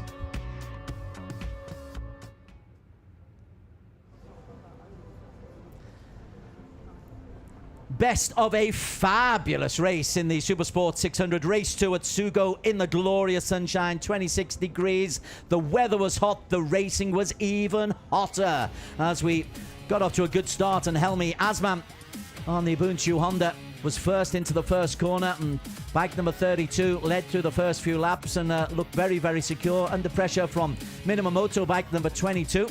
The Japanese on the Yamaha. Minamoto has had a pretty good season so far. He had a P2 yesterday and a P3 in Buriram, but then he made a mistake and would drop down into P3 himself. All the while, Karol Idampawi, bike number 89, was making his way through, and eventually he got himself into P2, and then we had a 6-lap race, a slugfest between Karol Idampawi and Kito Abe. Abe was looking for back-to-back wins. There is Karol Idampawi making his way through, slicing his way through, and the error, slightest error, caused the problem for Azroy Hakim Anwar. Karol Idampawi by this time had got onto the shoulder of Helmi Asman, and he would go past his Bunchu Honda teammate to set up that 3-lap matchup with Kito Abe. Abe looking good, looking really secure, hardly making a mistake. And in the end, I don't think Abe makes a mistake. Defensively, wonderful. Closes the gate whenever Karol Idampawi tried to slide through. And then it came to the final lap. We knew it would come down to the final chicane. It did come to the chicane. Abe would have the lead going into the chicane. He would have the drive up the hill. I've got to stick with this. Karol Idampawi pressing. As they come round, now then, this is the big moment. Karol Idampawi needs to be close. He needs to get into the slipstream of Kito Abe. Abe comes up the hill. Karol Idampawi is in the slipstream. And once they get up to the top of the hill, he just comes out to the slipstream, drives through, and takes it by 1,000th of a second.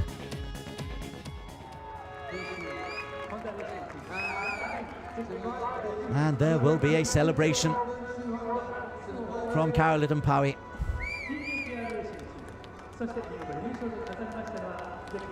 And Bunchu Honda will pick up the team award.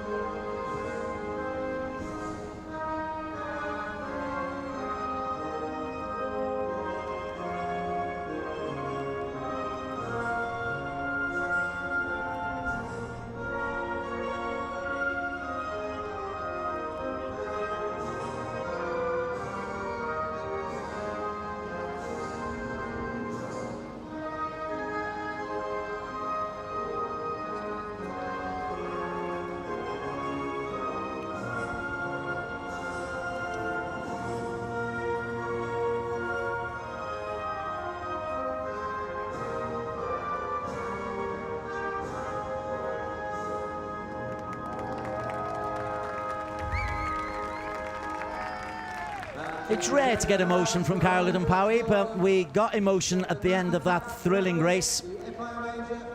Stefan Maki Karapie, the FIM Asia president, will be handing out the awards.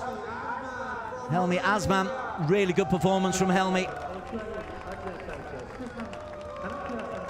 He's a good racer. That's 4 podiums so far this season. The 2018 Underbone 130cc champion, Kito Abe. That's a win and a P2. Couldn't have been closer to back-to-back wins, Abe.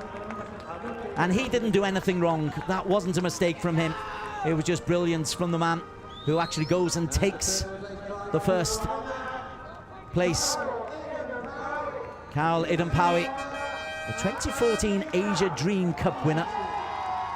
So he's nearly a decade as a pro, and you can clearly see it still means as much to him as ever it did. Bunchu Honda Racing Team picking up P3, P1, and therefore they will get the team award, which will be handed out by Masanori Enomoto, MD of IDEMITSU Lube Asia Pacific. Our thanks to IDEMITSU for their continued support of the Asia Road Racing Championships. They're the title sponsors here in Sugo, and they've long been associated with the championship. Bunchu Honda Racing Team take the team award. Japan, Malaysia, a very, very tightly squeezed sandwich. Kyle Idampawi on the top, Abe in the middle, Helmi Asman in P3. For Kyle Idampawi, it is a 3rd win in 6 races this season. He's had 5 podiums, and that means he has a clear lead at the top of the overall championship standings. 118 points, 15 points clear of Chip Nakarin for Honda Racing Thailand. And Chip is himself 12 points clear of Kito Abe, who's had a really good weekend and will be a genuine contender as the season progresses. Helmi Asman, 88 points for him. Minamimoto for Yamaha Gem Blue Racing, 77 points. Ratapong on 48. Ajroy Hakib, who was unfortunate to crash out here, on 47. Panason Kusonti for Honda Racing Thailand, he's on 39 points. But our championship leader, Kyle Idampawi for Bunchu Honda Racing.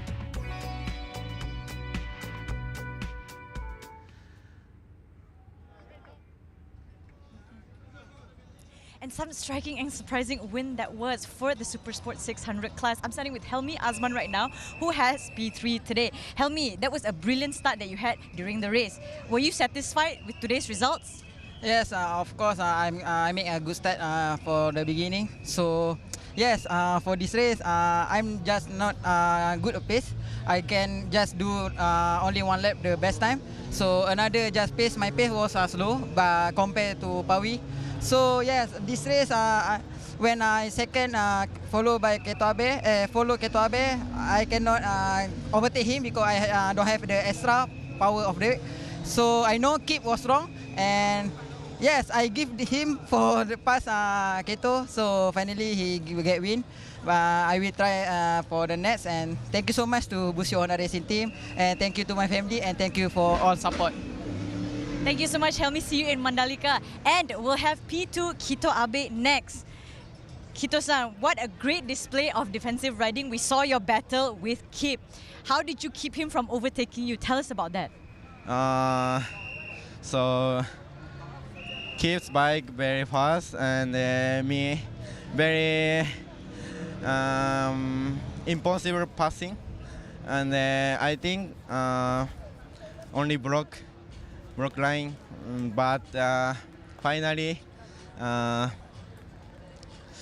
so I'm yeah I'm so No, it's okay, okay. But we hope that you can do better next round in Mandalika, okay? Okay. Try your best next one. Okay. Don't worry, okay? We're so happy for you anyway. Okay. And we have our Kyle Idampawi, star of the Super Sport 600 class. Now, Kyle, this is your 3rd win of the season. The title is now yours, okay? And you won it by 0.001 seconds, okay? Was it your strategy earlier, during that last corner, you just wanted to take it? Yes, firstly I want to say Alhamdulillah, and today race was amazing race for me, because yesterday I was struggling a lot in the race 1 with the wet condition, and today I just try to go harder and maximum I can. Then was start in the 10th position also was difficult. I take one by one. Then important for me, I think I don't make any mistake, and I just try to keep concentrate and try to go with the front guy. Then the thing is working really well today. So yeah, in the last lap, in the second last lap, I was behind Kito. I just trying to pass him, and I knew he was strong here in Sugo. So I tried to keep the advantage, and in the last lap, last corner, he was take a very tight line. Then I just take outside the corner and keep more speed in the last corner, then uphill, and then I knew lap before, so I tried to go before finishing line that my bike quite go very well to the finish line. So I just take that advantage, and then I win. Syukur Alhamdulillah, and thank you to all the fans for support me. Of course to my family, my wife, and for sure for my kid. Really happy to see me here. Thank you. Congratulations, Carol, and see you in Manalika. Right, let's now go for a quick break, and when we're back, we'll begin the Premier Class, the ASB 1000s.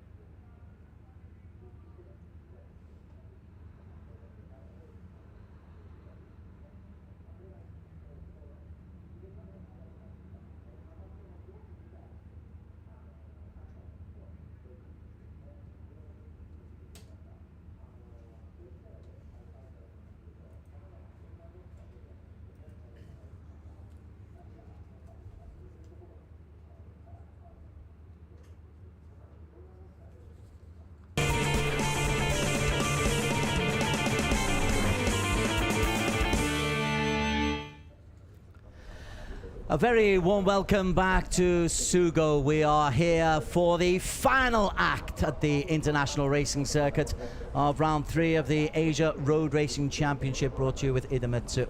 It is the superbikes, it's the big boys, and it's an opportunity to see if Haruki Noguchi is able to wrest back the lead in the overall championship standings from Marcus Reiterberger, or if Aslan Shah Kamruzaman or Zakwan Zaidi or Kazma Daniel can continue his good form from yesterday. Best of the highlights coming your way of race number 1, which was in difficult conditions, wet conditions.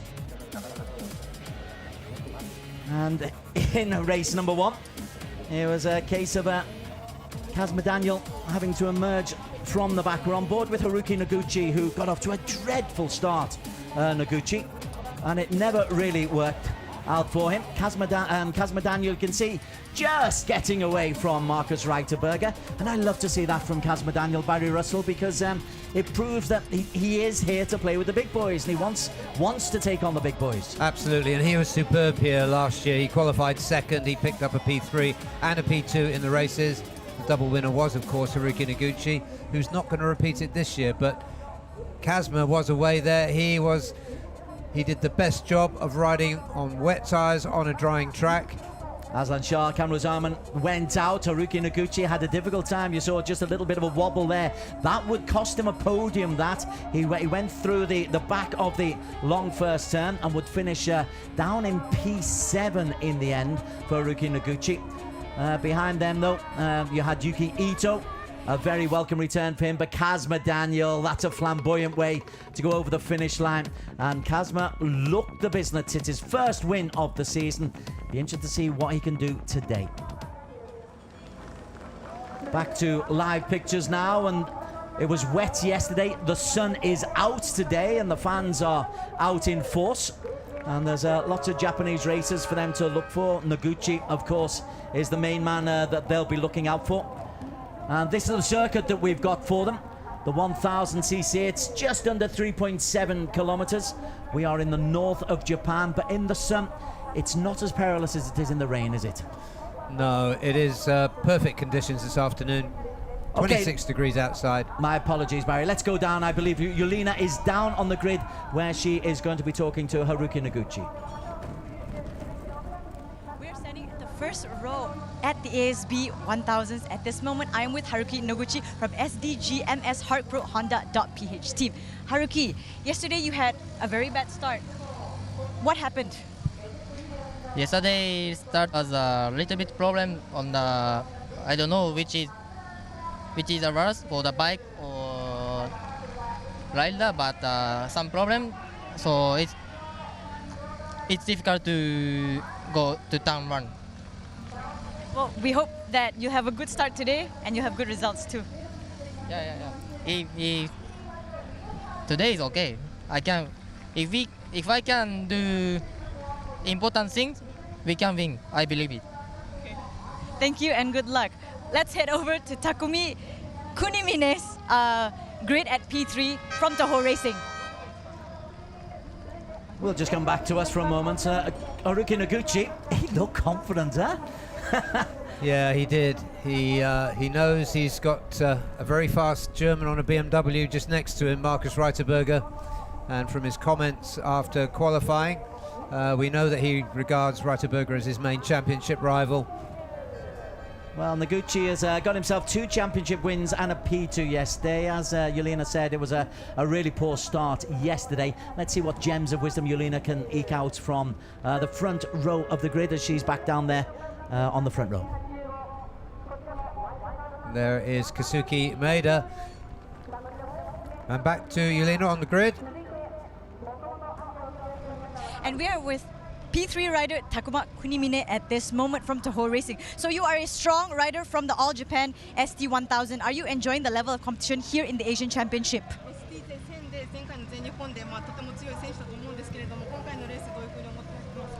そうですね、今回はアジア選手権でライバルも違くて、それこそ前の2人に関してはすごく速いので、今回は全日本とは違うレースになると思うんで、しっかり全力で楽しみたいと思います。Okay, so this race is going to be a hard one. This is the old Japan. The last one was in Japan. So it's now the Asian countries and all the strong and strong ones and it's together. So it's going to be the different race from the other one. So I'm going to do my best. Yeah, thank you. Thank you so much and good luck. Right, let's wrap this up here quickly so we can begin the race. 小さい頃からやってきて変わらずにやっぱり楽しくてその延長線上に目指していくものがあるって感じですね。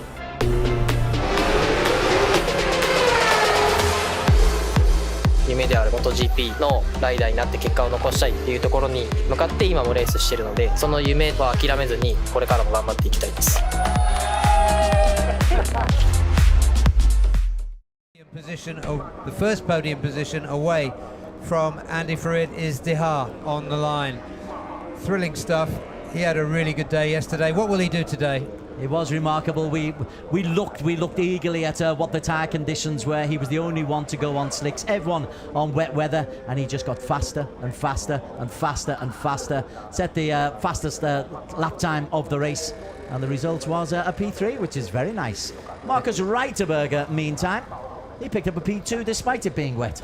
P2 and a championship lead from Haruki Noguchi. By a single point. Yeah, first time at Sugo for him, believe it or not. But this was the rider that really did it yesterday. Came back to form. Daniel Kazmayuddin smiling with his fingers. You didn't see too much of a grin on his face, but he's qualified in 4th. He's in a good position for the race, and I'm sure that win yesterday has lifted his spirits. Kota Arakawa is a rider I've really been looking to see live. I've seen him on the All Japan Series. He was triumphant in the 600cc championships last year, the Motorbum Honda racer. He's a wild card today and could be a potential contender. And then Zakwan, who has struggled this week, but you know he will try to pick up as many points as he possibly can. We've got the tyre information from the Dunlop team. They're always very good in giving it to us. And Barry, you have got the information hot off the press. What have we got? We have indeed. We got most of the Hondas on hard front and soft rear. They've been running that throughout Friday and Saturday as well. Marcus Reiterberger on a BMW, medium soft. Let's look at his teammate, Aslan, also on a medium soft. So that's for the BMWs. So it looks like hard front, soft rear is the way to go. There is Maeda. Maybe he's the one we ought to really look out for. He's on a hard front, soft compound rear. So look out for Maeda after what he did yesterday, but the conditions were in the wet there. Andy Farid is one of those who's got that hard-soft combination. Very interesting to see that Kazma Daniel has got a medium front tyre, which just wears that little bit longer. Yep, and Andy Farid is the hard. We thought he was going to score his first ASB 1000 podium yesterday before Kazuki Maeda snatched it from him on the line.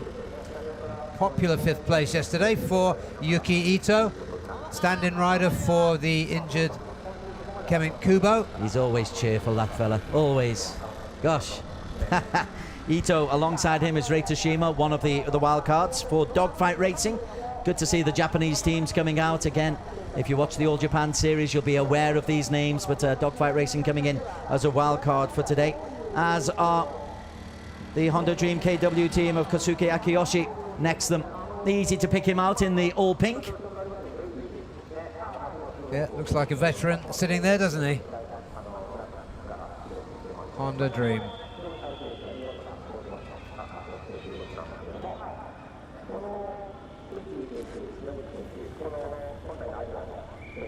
And then a little bit further down, we've got Shinichi Nakatomi, who we're mentioning tyres before. He's the guy who does the testing for Dunlop, and he's having a proper race out there. And alongside him, Victor Racing, Anthony West, no less. I'm a little surprised they didn't roll the dice yesterday and start on slicks. He could have been looking at a win had he done so. 3 DNFs for Ant West. And there is Kazma's tyre selection.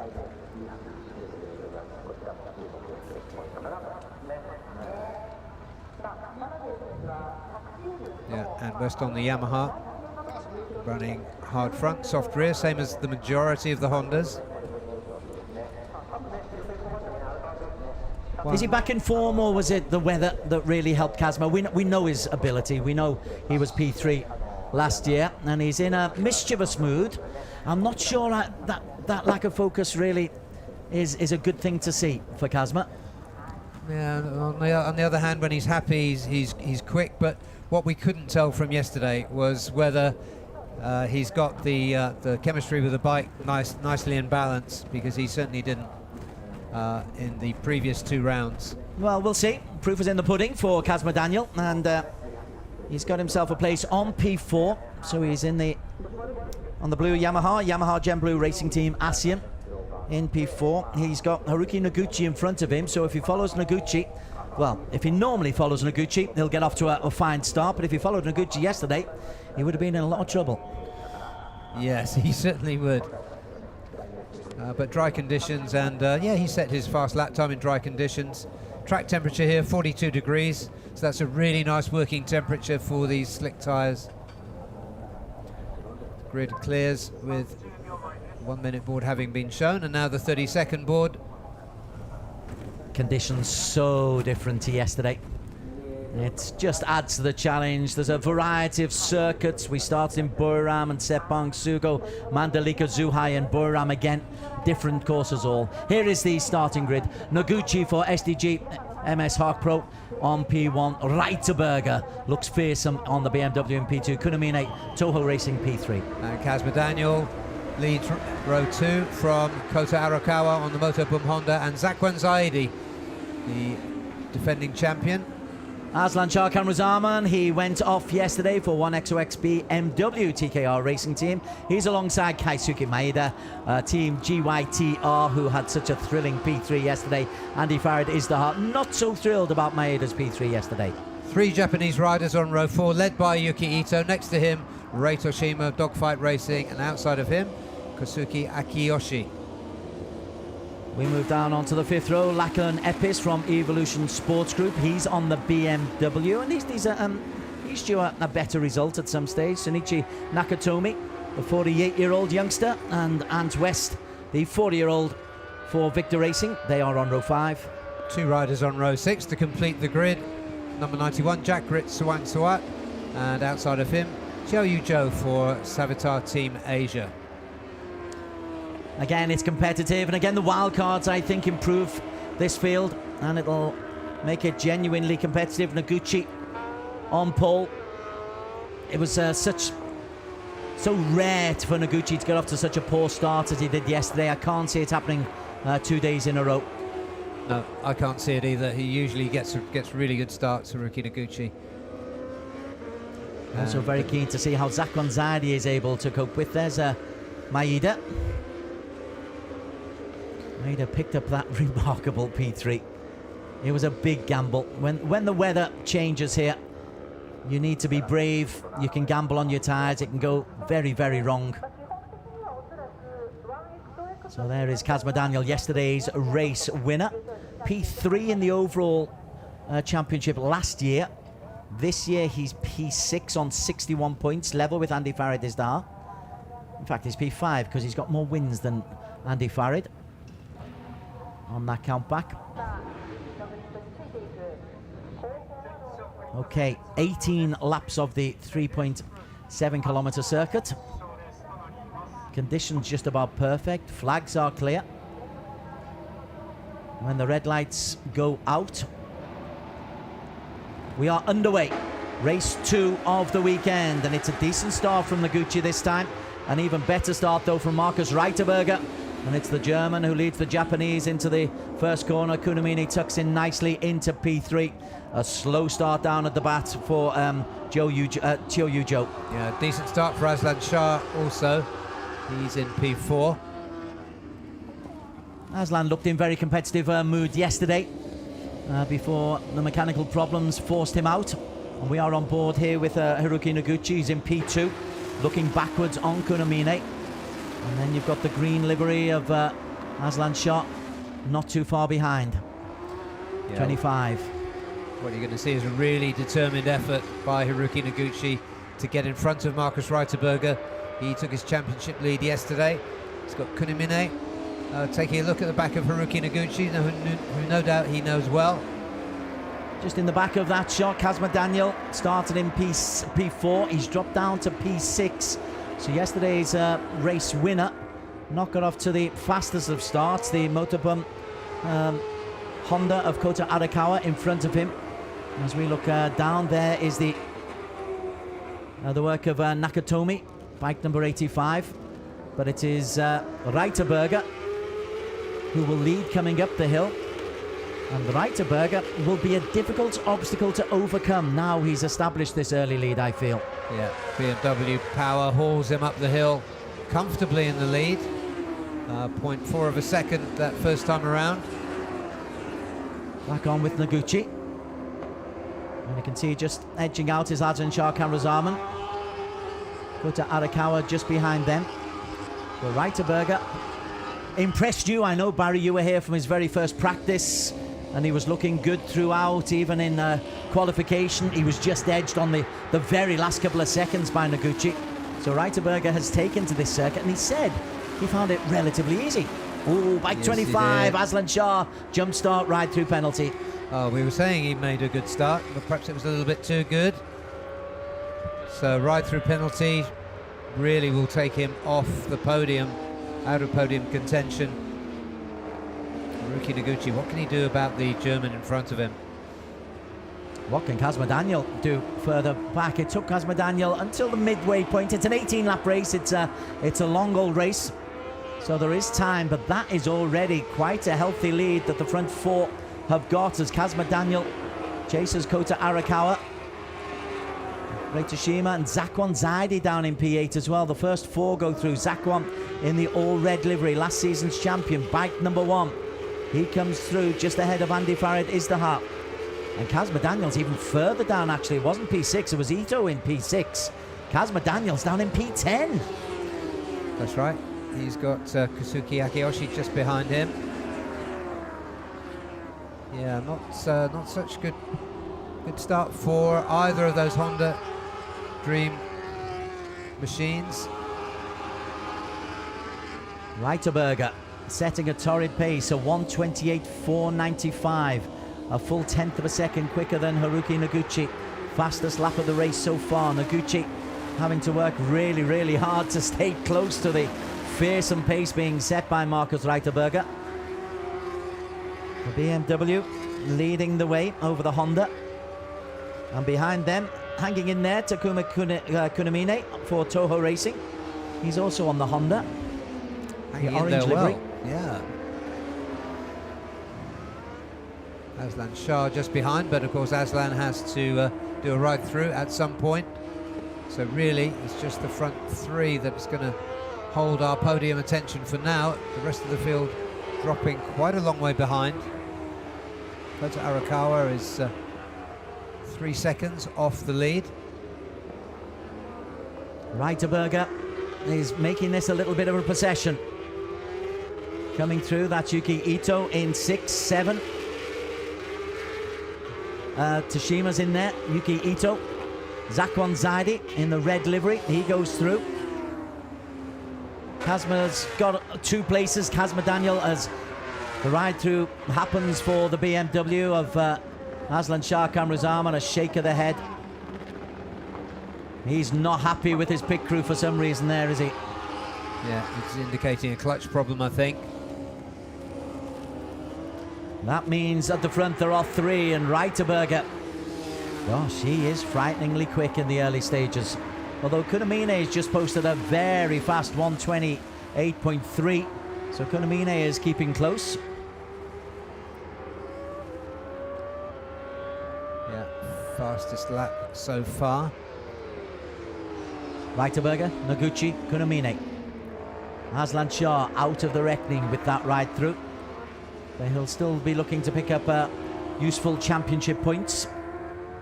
Because he has been quick, Aslan Shah, as he showed with that start. But look at the gap between 1, 2 and 3.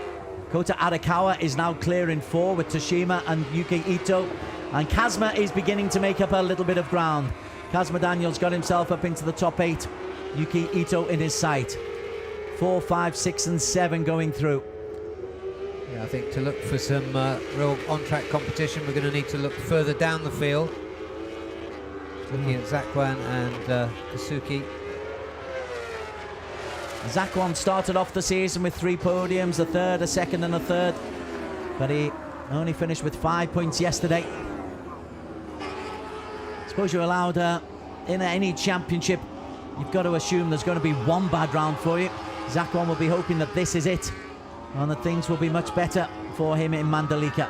In the meantime, have a look at this. Noguchi has been overtaken by Takuma Kunamine. No, he hasn't. My apologies. Now look at Rei Toshima. There is Rei Toshima. 54, Arakawa. Toshima. Yeah, I wouldn't put it past Takuma, to be honest, Des. He wasn't just following Haruki Noguchi, he was threatening. Kazuma Daniel begins to make his move. That's him going past Rei Toshima. So Kazuma, after a sluggish start, has got himself up into P5. He was as low as P10. Would suggest a slow start and then maybe a mistake.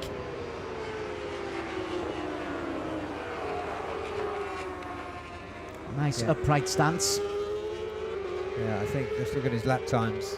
Kunamine has got ahead of Noguchi, hasn't he? Yeah. So Reiterberger has a huge lead. He goes through 1.5 seconds, Reiterberger from Kunamine. Yeah, so Haruki Noguchi came into this round as championship leader. He lost it yesterday to Markus Reiterberger by 3 points or 2 points. Anyway, he's further behind on the track, and he's been overtaken by the wild card, Takuma Kunimine. 73 is Noguchi. He's had a really good season. 2 wins, a P2 and a P4. Yesterday a P7.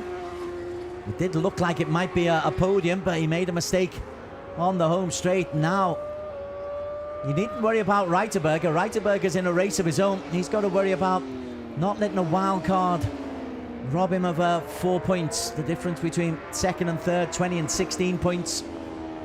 Although there is still a long way to go. It's hard to see what will stop Reiterberger, bar a mechanical problem. Yeah, he's been pulling out around 2/10 every lap. Markus Reiterberger.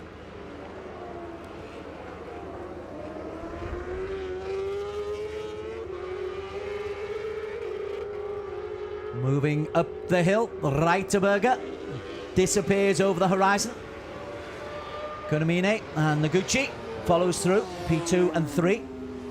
Interesting to see where Kazuma Daniel is. Yeah, he's on a quick lap currently. He's just gone ahead of Kota Arakawa.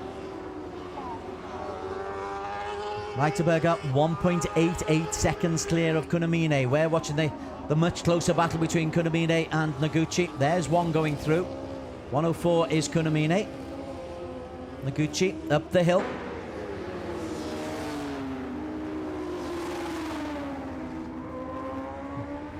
Well, Noguchi got off to a really good start. Yeah. To be fair, Kunamine had a very good first 10 laps yesterday in the wet and then went off the pace just a little bit. Yeah, we know Haruki Noguchi is good late in the race. He's pretty aggressive at the middle of the race as well, by the looks of things. Well, yeah, he likes to lead from the front, but I think he manages his tyres well. He's got incredible corner speed. Slight little wobble there. Kunamine looked a little bit affronted at that overtaking manoeuvre from Haruki Noguchi, but Noguchi can't worry about the feelings of Takuma Kunamine. He needs to try to get just a little bit closer to Markus Reiterberger, who still has the fastest lap time of 1:28.121. His last lap was 1:28.4. This lap is going to be a fastest yet, 1:21.1. 1:28.1. Noguchi 2/10 slower. But Noguchi was perhaps being held up by Kunamine. Is that the impression you're getting, Barry Russell? Yeah, I am. I think Haruki Noguchi has got more pace, and I think as tyre wear comes into play, which it probably is just about now, I think you'll see the quality of the 22-year-old Haruki Noguchi coming through and the stamina that he's got. In the background of this, I can tell you Kazuma Daniel's got himself up into P4. There's 1, 2 and 3 going through. And Kazuma Daniel is got himself up into P4. He's a chunk down. But Haruki Noguchi has got himself a little bit of distance from Kunamine. And there is the gap to Kazuma Daniel.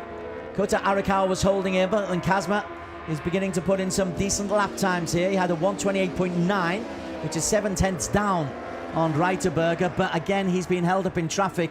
And now he's got open road in front of him. Be interesting to see what times he can post over the next couple of laps. Yeah, we need to look at his lap times and those of Haruki Noguchi now that Noguchi has got clear of Takuma Kunimine. Kazma Daniel, yesterday's race winner in very different conditions, but that looks smooth as you like through the chicane. Nice and tight. Arakawa under pressure from Reita Shima. Yuki Ito is there, and that is Zakwan Zaidi, defending champion. Might be deposed champion if he can't improve through the season. Bike number 1 goes past Yuki Ito, so he'll get himself up into P7. Ito has got Andy Farid for company. Yeah, Andy was good yesterday. Ended up P4.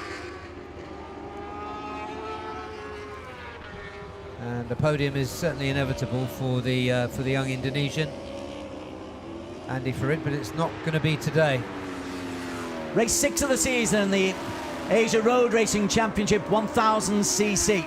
Marcus Reiterberger, the championship leader by 1 point, has the lead. This is the battle for the defending champion to try to pick up some points. Kazma Daniel leads this little knot of racers. Kazma, Arakawa 54. Reita Shima, Yuki Ito has just retaken the place that Zakwan had worked so hard to get back. Zakwan then retakes it back from Yuki Ito. Yuki, as always, providing some real entertainment, but Marcus Reiterberger, it's not entertainment he's providing, he's providing a lesson. Yeah, what he hasn't done is opened up the gap anymore. It stands at 2.5 seconds, but it hasn't increased since Haruki Noguchi got past Kunimine. Kunimine hasn't given up though, has he? You're quite right, it remains at 2.5 seconds between Noguchi and Kunimine. Oh, now then, Noguchi's out. Oh. Noguchi is out.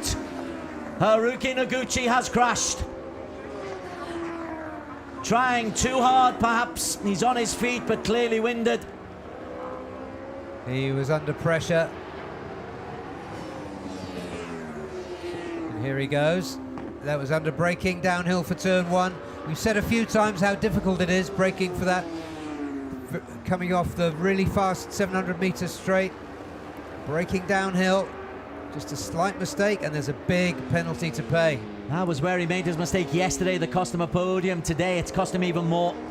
It's cost him the race. He will pick up no points today because his race is done. As Shoyu Joe is lapped by Marcus Reiterberger. Reiterberger, we're beyond halfway now, and Reiterberger has got Kunimine as his closest rival, and then we wait and wait and wait and wait for P3, who is now Kazma Daniel. This is good for Kazma. This is good for Kazma, and he's pushing really hard now, you can see. So Kazma Daniel, bike number 127. It could be a double podium for him. But as we've just seen there with Noguchi, we do not suppose anything, not on this circuit. Haruki Noguchi came into this round looking for a double win, looking to take home advantage, to consolidate his championship position, and there goes Kazma! Same place! Under braking for that treacherous turn 1. Pit reaction tells the story. Kazma Daniel. I think that's despair. I don't think he's hurt. Yeah, that's ego more than anything. Oh. He was really pushing hard. Let's take another look. There he is, braking hard. Watch the front. Watch the front. Gets halfway turned. The front just slips away. Well, Noguchi went on that same corner.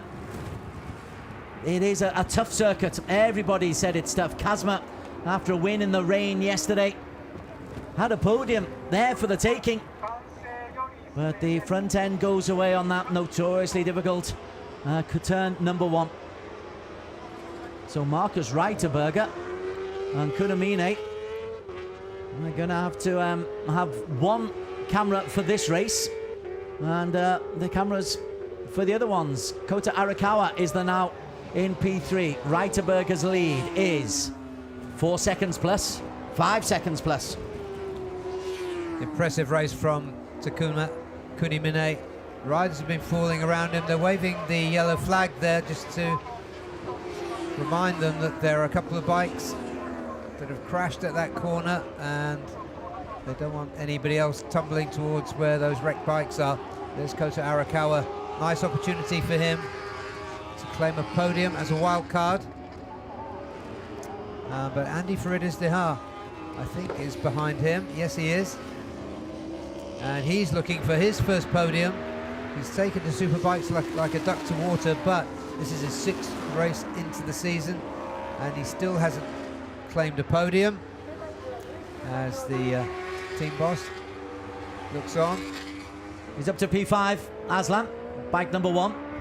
Andy Farid, his teammate, Kota Arakawa. All of this is great news for Reiterberger because Noguchi was his closest rival in the championship. He's out.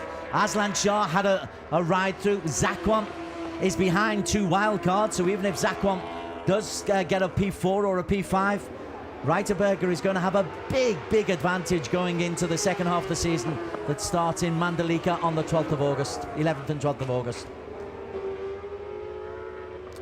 Here's Arakawa under pressure from... Yeah, this could be Andy Farid's, sorry Des, this could be Andy Farid's first podium. He's going to be really determined. He was edged out so narrowly yesterday. So narrowly. He's got time. 6 more laps. He's had 3 P3s, 3 P4s and 2 P5s, Andy Farid. Currently he's in P4. Well, both Kota Arakawa and Andy Farid were in the 600 race. Kota Arakawa was the story of the weekend in the Supersport class. Andy Farid was the rider who came closest to him but crashed in race 2. I think we can go down and get some pit reaction. Yelena is down in the 1XOX TKR Racing Team pit.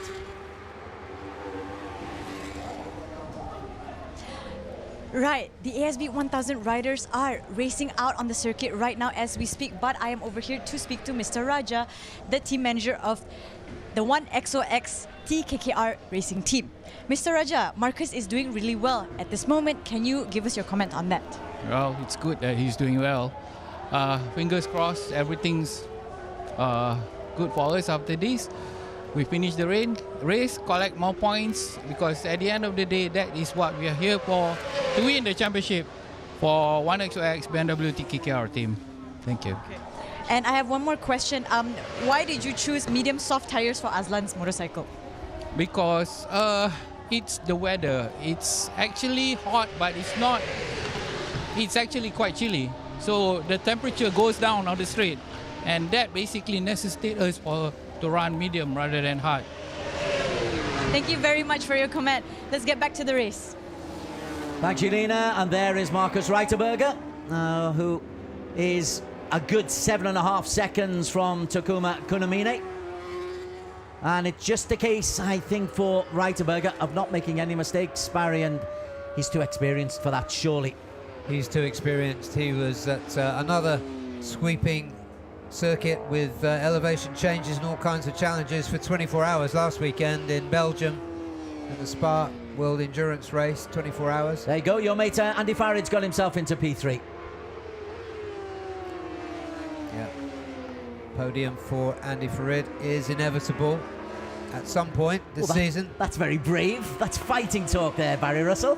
What do you expect? Andy Farid in P3, so watch your back, Andy. I've been right before, Des. You have. Kota Arakawa in P4.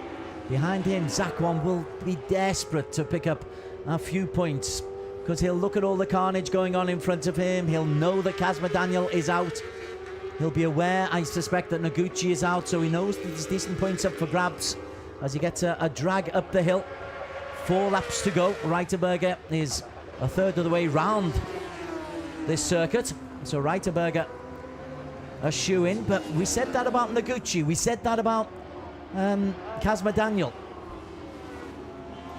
Yeah, the circuit is full of surprises, that's for sure. Oh, and there is Takuma Kunamine. Is that Kunamine? Yeah, that's Kunamine out in the gravel there. Kunamine. Yeah, indeed it is, bike 104, which is good news for Andy Farid. It's even better news for Marcus Reiterberger. Now, where was that? What caused that? That's not a place on the circuit that's caused problems before. No, this is really good news for the regular riders here, including the two on screen, Andy Farid and Zakwan Zaidi. Andy Farid is now in P2. Tough for Kunamine.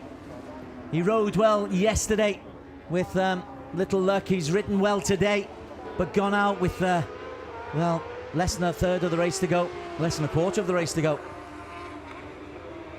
Arakawa in the green is in P3.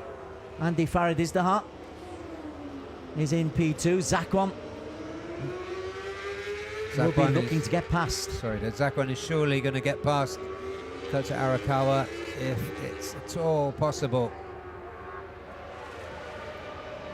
So Asia Dream looking for a 2-3 position on the podium.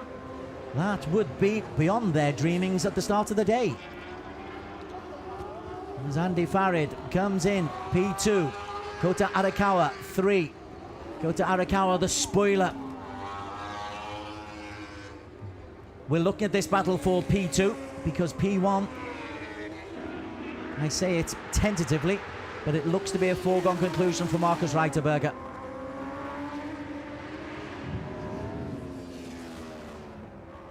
Long right-hander, Zakwan seems to be growing in confidence. Zakwan lapping 1:29.2s. His last lap a 1:29.9. So he's keeping pace and he goes on the inside of Kota Arakawa. And it is a 2-3 for Asia Dream Honda. Now, can Zakwan do anything about picking up another 4 points from his teammate, Andy Farid Izdaha? This is Reiterberger. He will go through now. There will be 2 laps to go. His lead is significant. It's going to be 17 plus seconds. That is a monstrous lead in this competition. Yeah, last lap, he was 0.8 of a second faster than anyone else, Markus Reiterberger.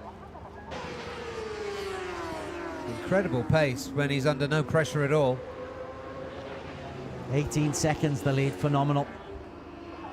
Arakawa going backwards. Now then, Andy Farid versus Zakwan Zaidi. This is interesting. It's a podium, almost certainly. It's possibly 2, but again, I'm very cautious in saying that on this circuit because Noguchi went out, particularly on corner number 1. There's too many things that can happen. Yep, they can. It happened to Andy Farid last time we were here when he was in Supersport. Exactly the same thing. Slipped out of contention. Oh, Zakwan went very, very wide there. Recovered back onto the racing line, but he lost a 10th, maybe more. Arakawa was there. There is the reaction of the team, Honda Asia Dream with Showa. You'd think they'd be a little bit happier. Yeah, they've, to an extent, they've been fortunate today. You have to finish a race to pick up the points, of course. Absolutely, absolutely. As they come up, final lap. Markus Reiterberger is 17.8 seconds clear. He is slowing down. He is cruising. He's waving to the crowd as he goes around almost Markus Reiterberger. This is the battle on the track. This is for P2 at the moment. It's Andy Farid Izdaha. So it's Indonesia versus Malaysia. A little bit of spice there, but they are teammates. Andy Farid chasing a first podium of the season. Zakwan Zaidi chasing a good result to close the gap on Haruki Noguchi for P2 in the overall championship standings. Zakwan has got a 6/10 of a second lead from Kota Arakawa. So these two just have to make sure they don't get into any silly trouble. In the meantime, 17 seconds ahead of them, coming up the hill and into the chicane for the final time is an outstanding performance from Markus Reiterberger. I cannot recall such a dominant performance. Yes, circumstances went his way, but dominant from the moment he took the lead, Marcus Reiterberger. A wheelie to celebrate, and a victory for Marcus Reiterberger extends his lead at the top of the championship. Behind him, this is the battle for P2, and it'll be Andy Farid Izdihar to take it for Indonesia, the head of Zakwan Zaidi. Honda Asia Dream with Showa pick up P2 and P3. Kota Arakawa, wildcard, picks up P4. And look at the body language of Andy Farid as he crossed the line. He's delighted with that P2. Reiterberger, wow, outstanding. Peerless, It's rare to get imperious. such dominance, isn't it? Yeah, absolutely. Well, he said to you earlier on in the week that he enjoyed the circuit. He almost found it easy, he said, in learning it. And you know what? The way he went around it there was barely a mistake. There wasn't a mistake from Marcus Reiterberger. No, I'm sure if you look at his lap times all the way through the race, they'd have been really consistent. Noguchi did not finish. Andy Farid picks up his first podium of the season. Zakwan Zaidi started from P6, gets a P3. Congratulations from Chio Yujo and the other riders out there. Good weekend's work for Marcus Reiterberger. It's a 45-point weekend. There is the margin of victory, 17.8 seconds from Andy Farid. So one XOX BMW TKR team picking up P1, Andy Farid 2, Zakwan 3, Arakawa 4, Toshima 5, Ito 6, Keith Ant West. That's good for him, 9 points. Best result of the season for Ant West for Victor Racing in P7. Nakatomi in P8 for Wave-In. Akiyoshi in P9 for Maru Yamanuso, Honda Dream, 35 seconds down. Kaisuke Maeda, without the rain, down in P10. Aslan Shah had the ride through penalty, finished up in 11 ahead of Jakrit. Kunamine did not finish. Kazma Daniel crashed out with 8 laps to go in a podium position. And Chio Yujo, he also went out with 8 laps to go.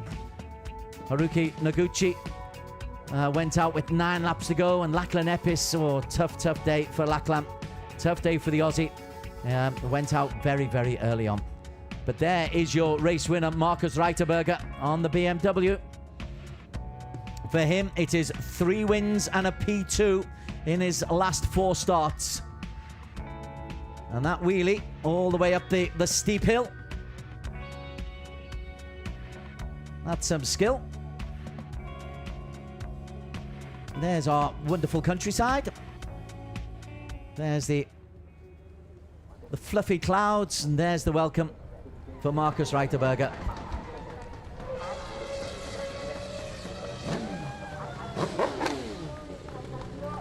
Everything feeling all very good for Reiterberger. Big hug from him. We've had closer races. Gosh, we had a race by 1,000th of a second earlier on today. This was a dominant near 18-second victory for Marcus Reiterberger. Behind them, Andy Farid is giving a little bit of a tire burn for us. As is Zakwan Zaidi.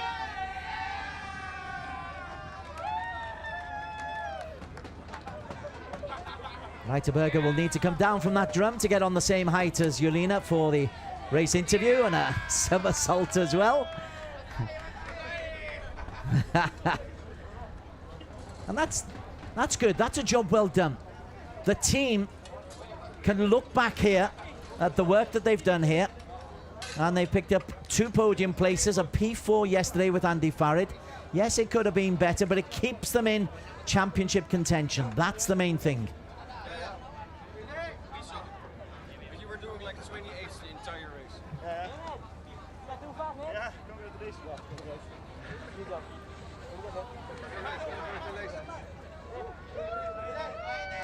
Handshakes all round. Good day at the office as we're just preparing for Marcus Reiterberger to talk to Yelena. Let's get the reactions of the big German, the championship leading German.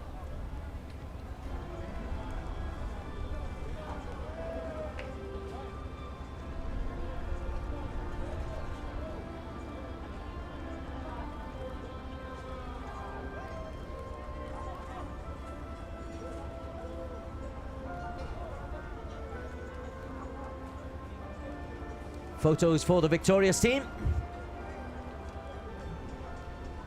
There's a feeling of a job well done.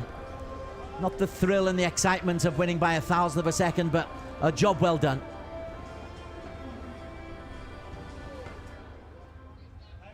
And there we have it, the action from the premier class of the ASB 1000s. I have Andy and Zakwan standing here with me, P2 and P3. Can you guys tell us about the race earlier? It's very tough weekend for us. Yeah, in the start from FP2, I crashed. I have no rhythm and no confidence in the qualifying, and everywhere I feel very struggle. But finally in the race 2 is dry condition. I know it's impossible to podium, but yeah, I will try. And suddenly I think I never see the lap board until final lap finish. I think I was number 4 because I see Andy was celebrating. Maybe he number 3. Okay, I'm so happy. But suddenly he said, I number 3. Yeah, I'm a bit happy today. Thank you so much. Okay, Andy, congratulations. This is your first podium, of the season.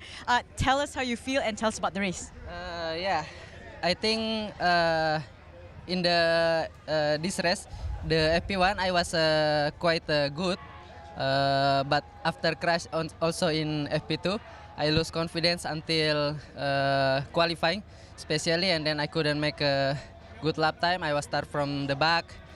And then, yesterday was rain. I managed to podium also, but I just finished P4. And today it was in the beginning of the race. I was stuck.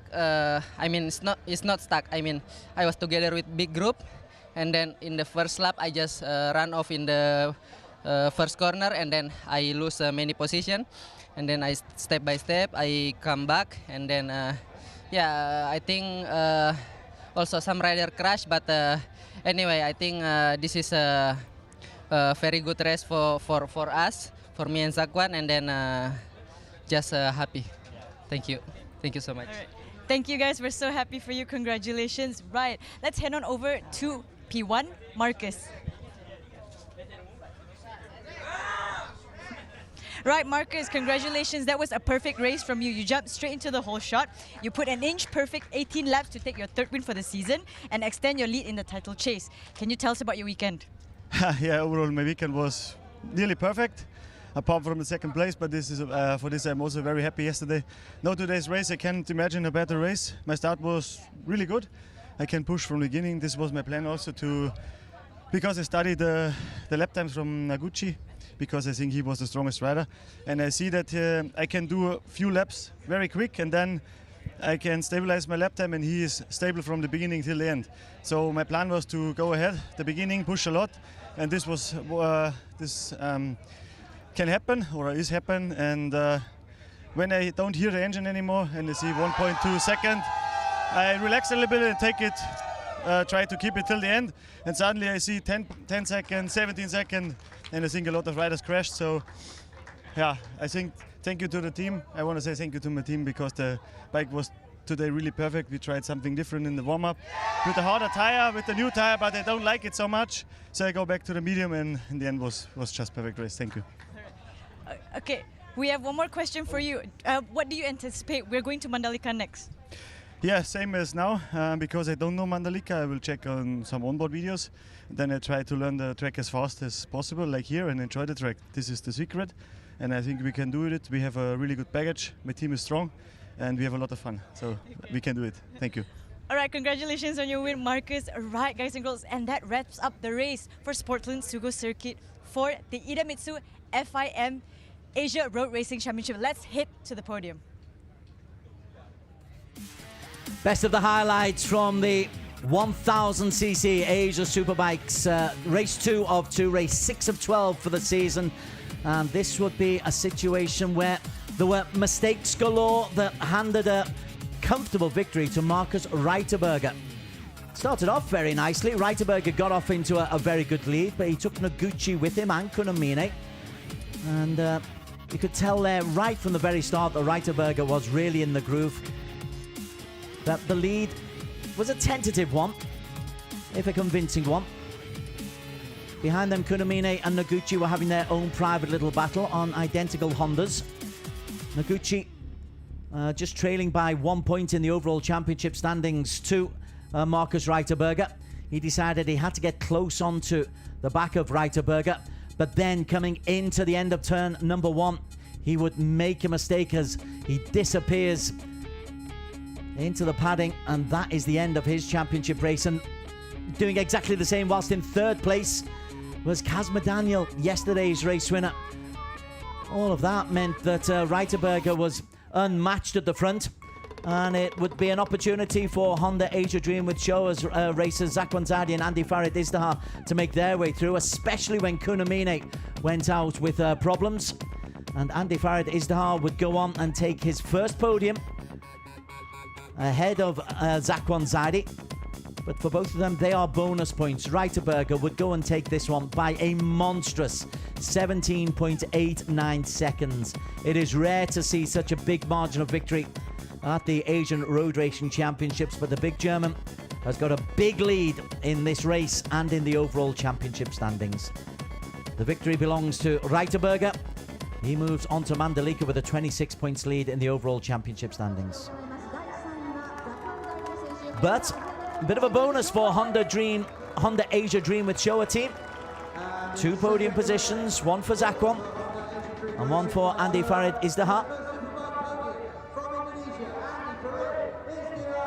Andy Farid, the 600cc champion. This is his first podium at the Superbikes level. The applause being led by Zakwan Zadi, the defending champion of this competition. So job well done within the team, but a job really well done in the one XOX BMW TKR team for Markus Reiterberger.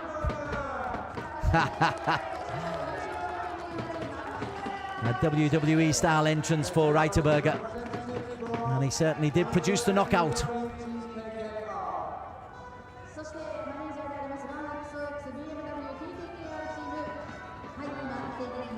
And the team award going to one XOX TKR racing team. And we will have the German national anthem.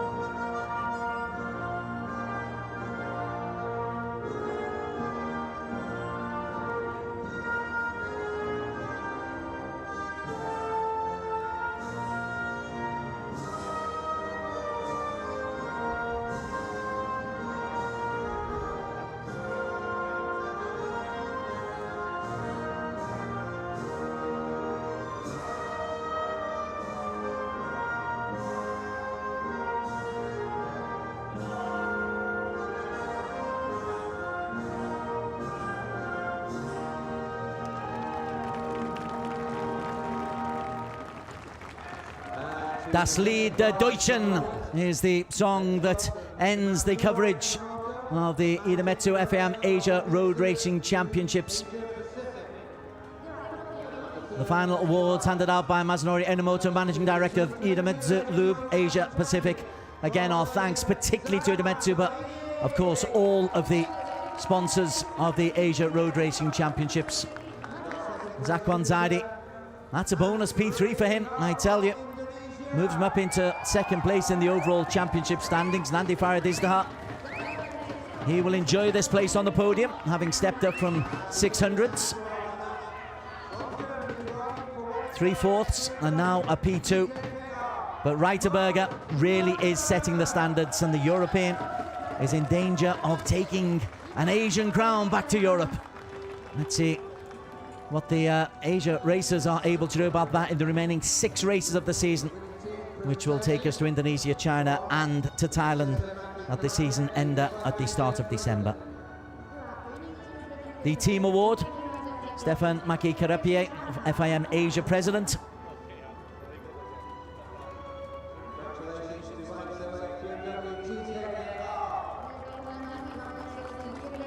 All smiles, and it's Good news for Reiterberger, not such good news for Aslan Shah Kamrazam, he did recover from his ride through penalty to pick up 5 points, and he will be 5th in the overall championship standings.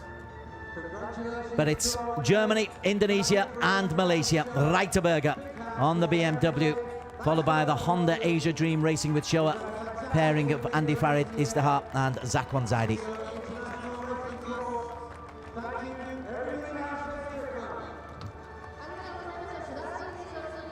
As the photographers get their final shot in glorious weather. Sugo has been great for us. We've had the rain. We have had some incidents, and I'm glad to say both of the riders injured yesterday are recovering in hospital in stable conditions. But here's the ASB 1000cc Championship leaderboard. Marcus Reiterberger, 118 points, 26 clear of Haruki Noguchi, who crashed out today for SDG MS Hark Pro Honda. Zakwan Zaidi, 8 points adrift. He's 3 ahead of Andy Farid Izdihar. Aslan Shah on 77 points, always competitive. Kazma Daniel crashed out today, looking for a double podium. He's on 61 points in P6. Pasawit, he got injured, so we hope him a quick recovery. Jakrib picking up points today for East NJT Racing Team. He's in 8th position on 33 points. So Sugo has been wonderful for us, and we continue our Asia road racing circuit of Asia by moving to the Pertamina Mandalika course at the middle of August. That's next. It'll be a first for me. Very much looking forward to seeing how Mandalika is. Then we move on to Zhuhai circuit. New dates, please note them. They have shifted from October to the first weekend of November. And then the season will finish at the Chang International Circuit in Buriram in the first week of December. So we are only halfway through. There is a ton of racing. 6 races still to go in this overall championship standings. But Sugo has brought us the thrills and spills that we knew Sugo would. We had red flags and rain yesterday. We've had wonderful sunshine today. We've had one win by 1,000th of a second. Doesn't get closer than that. We've also had an education from Marcus Reiterberger.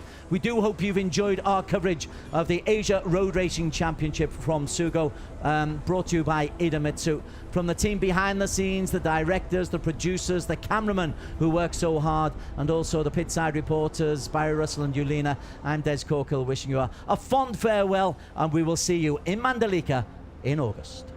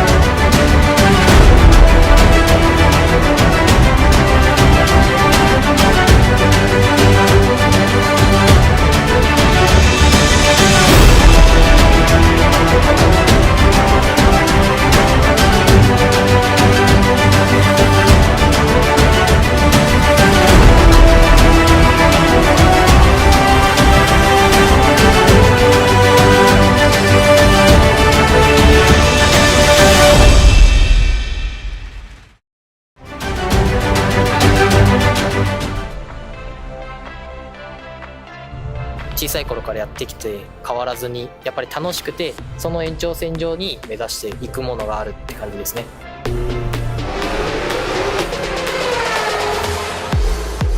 夢である MotoGP のライダーになって結果を残したいっていうところに向かって今もレースしてるので、その夢は諦めずにこれからも頑張っていきたいです。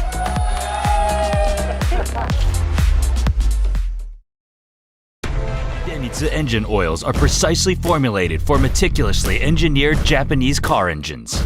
We are committed to delivering optimal performance. We fulfill this commitment through 5 ultra-protective benefits known as Quintec Guard. They unleash the peak performance of treasured cars. Drive anywhere with confidence. Feel the excitement in your heart. The highest quality engine oils in the history of IDEMITSU. IDEMITSU IFG7. Flagship engine oil nano-tailored for high-precision engines. Enhanced performance in 7 ways with super protective septic guard technology, the accumulated wisdom of oil experts. Anti-power loss nanotech keeps your engine performing at its peak for extended periods in harsh conditions. Beat the heat. IDEMITSU IFG7. IDEMITSU IRG5. Start like a rocket and ship like silk with super bike-proven nano-tailored oil. Ultra-protective Quintec Guard technology.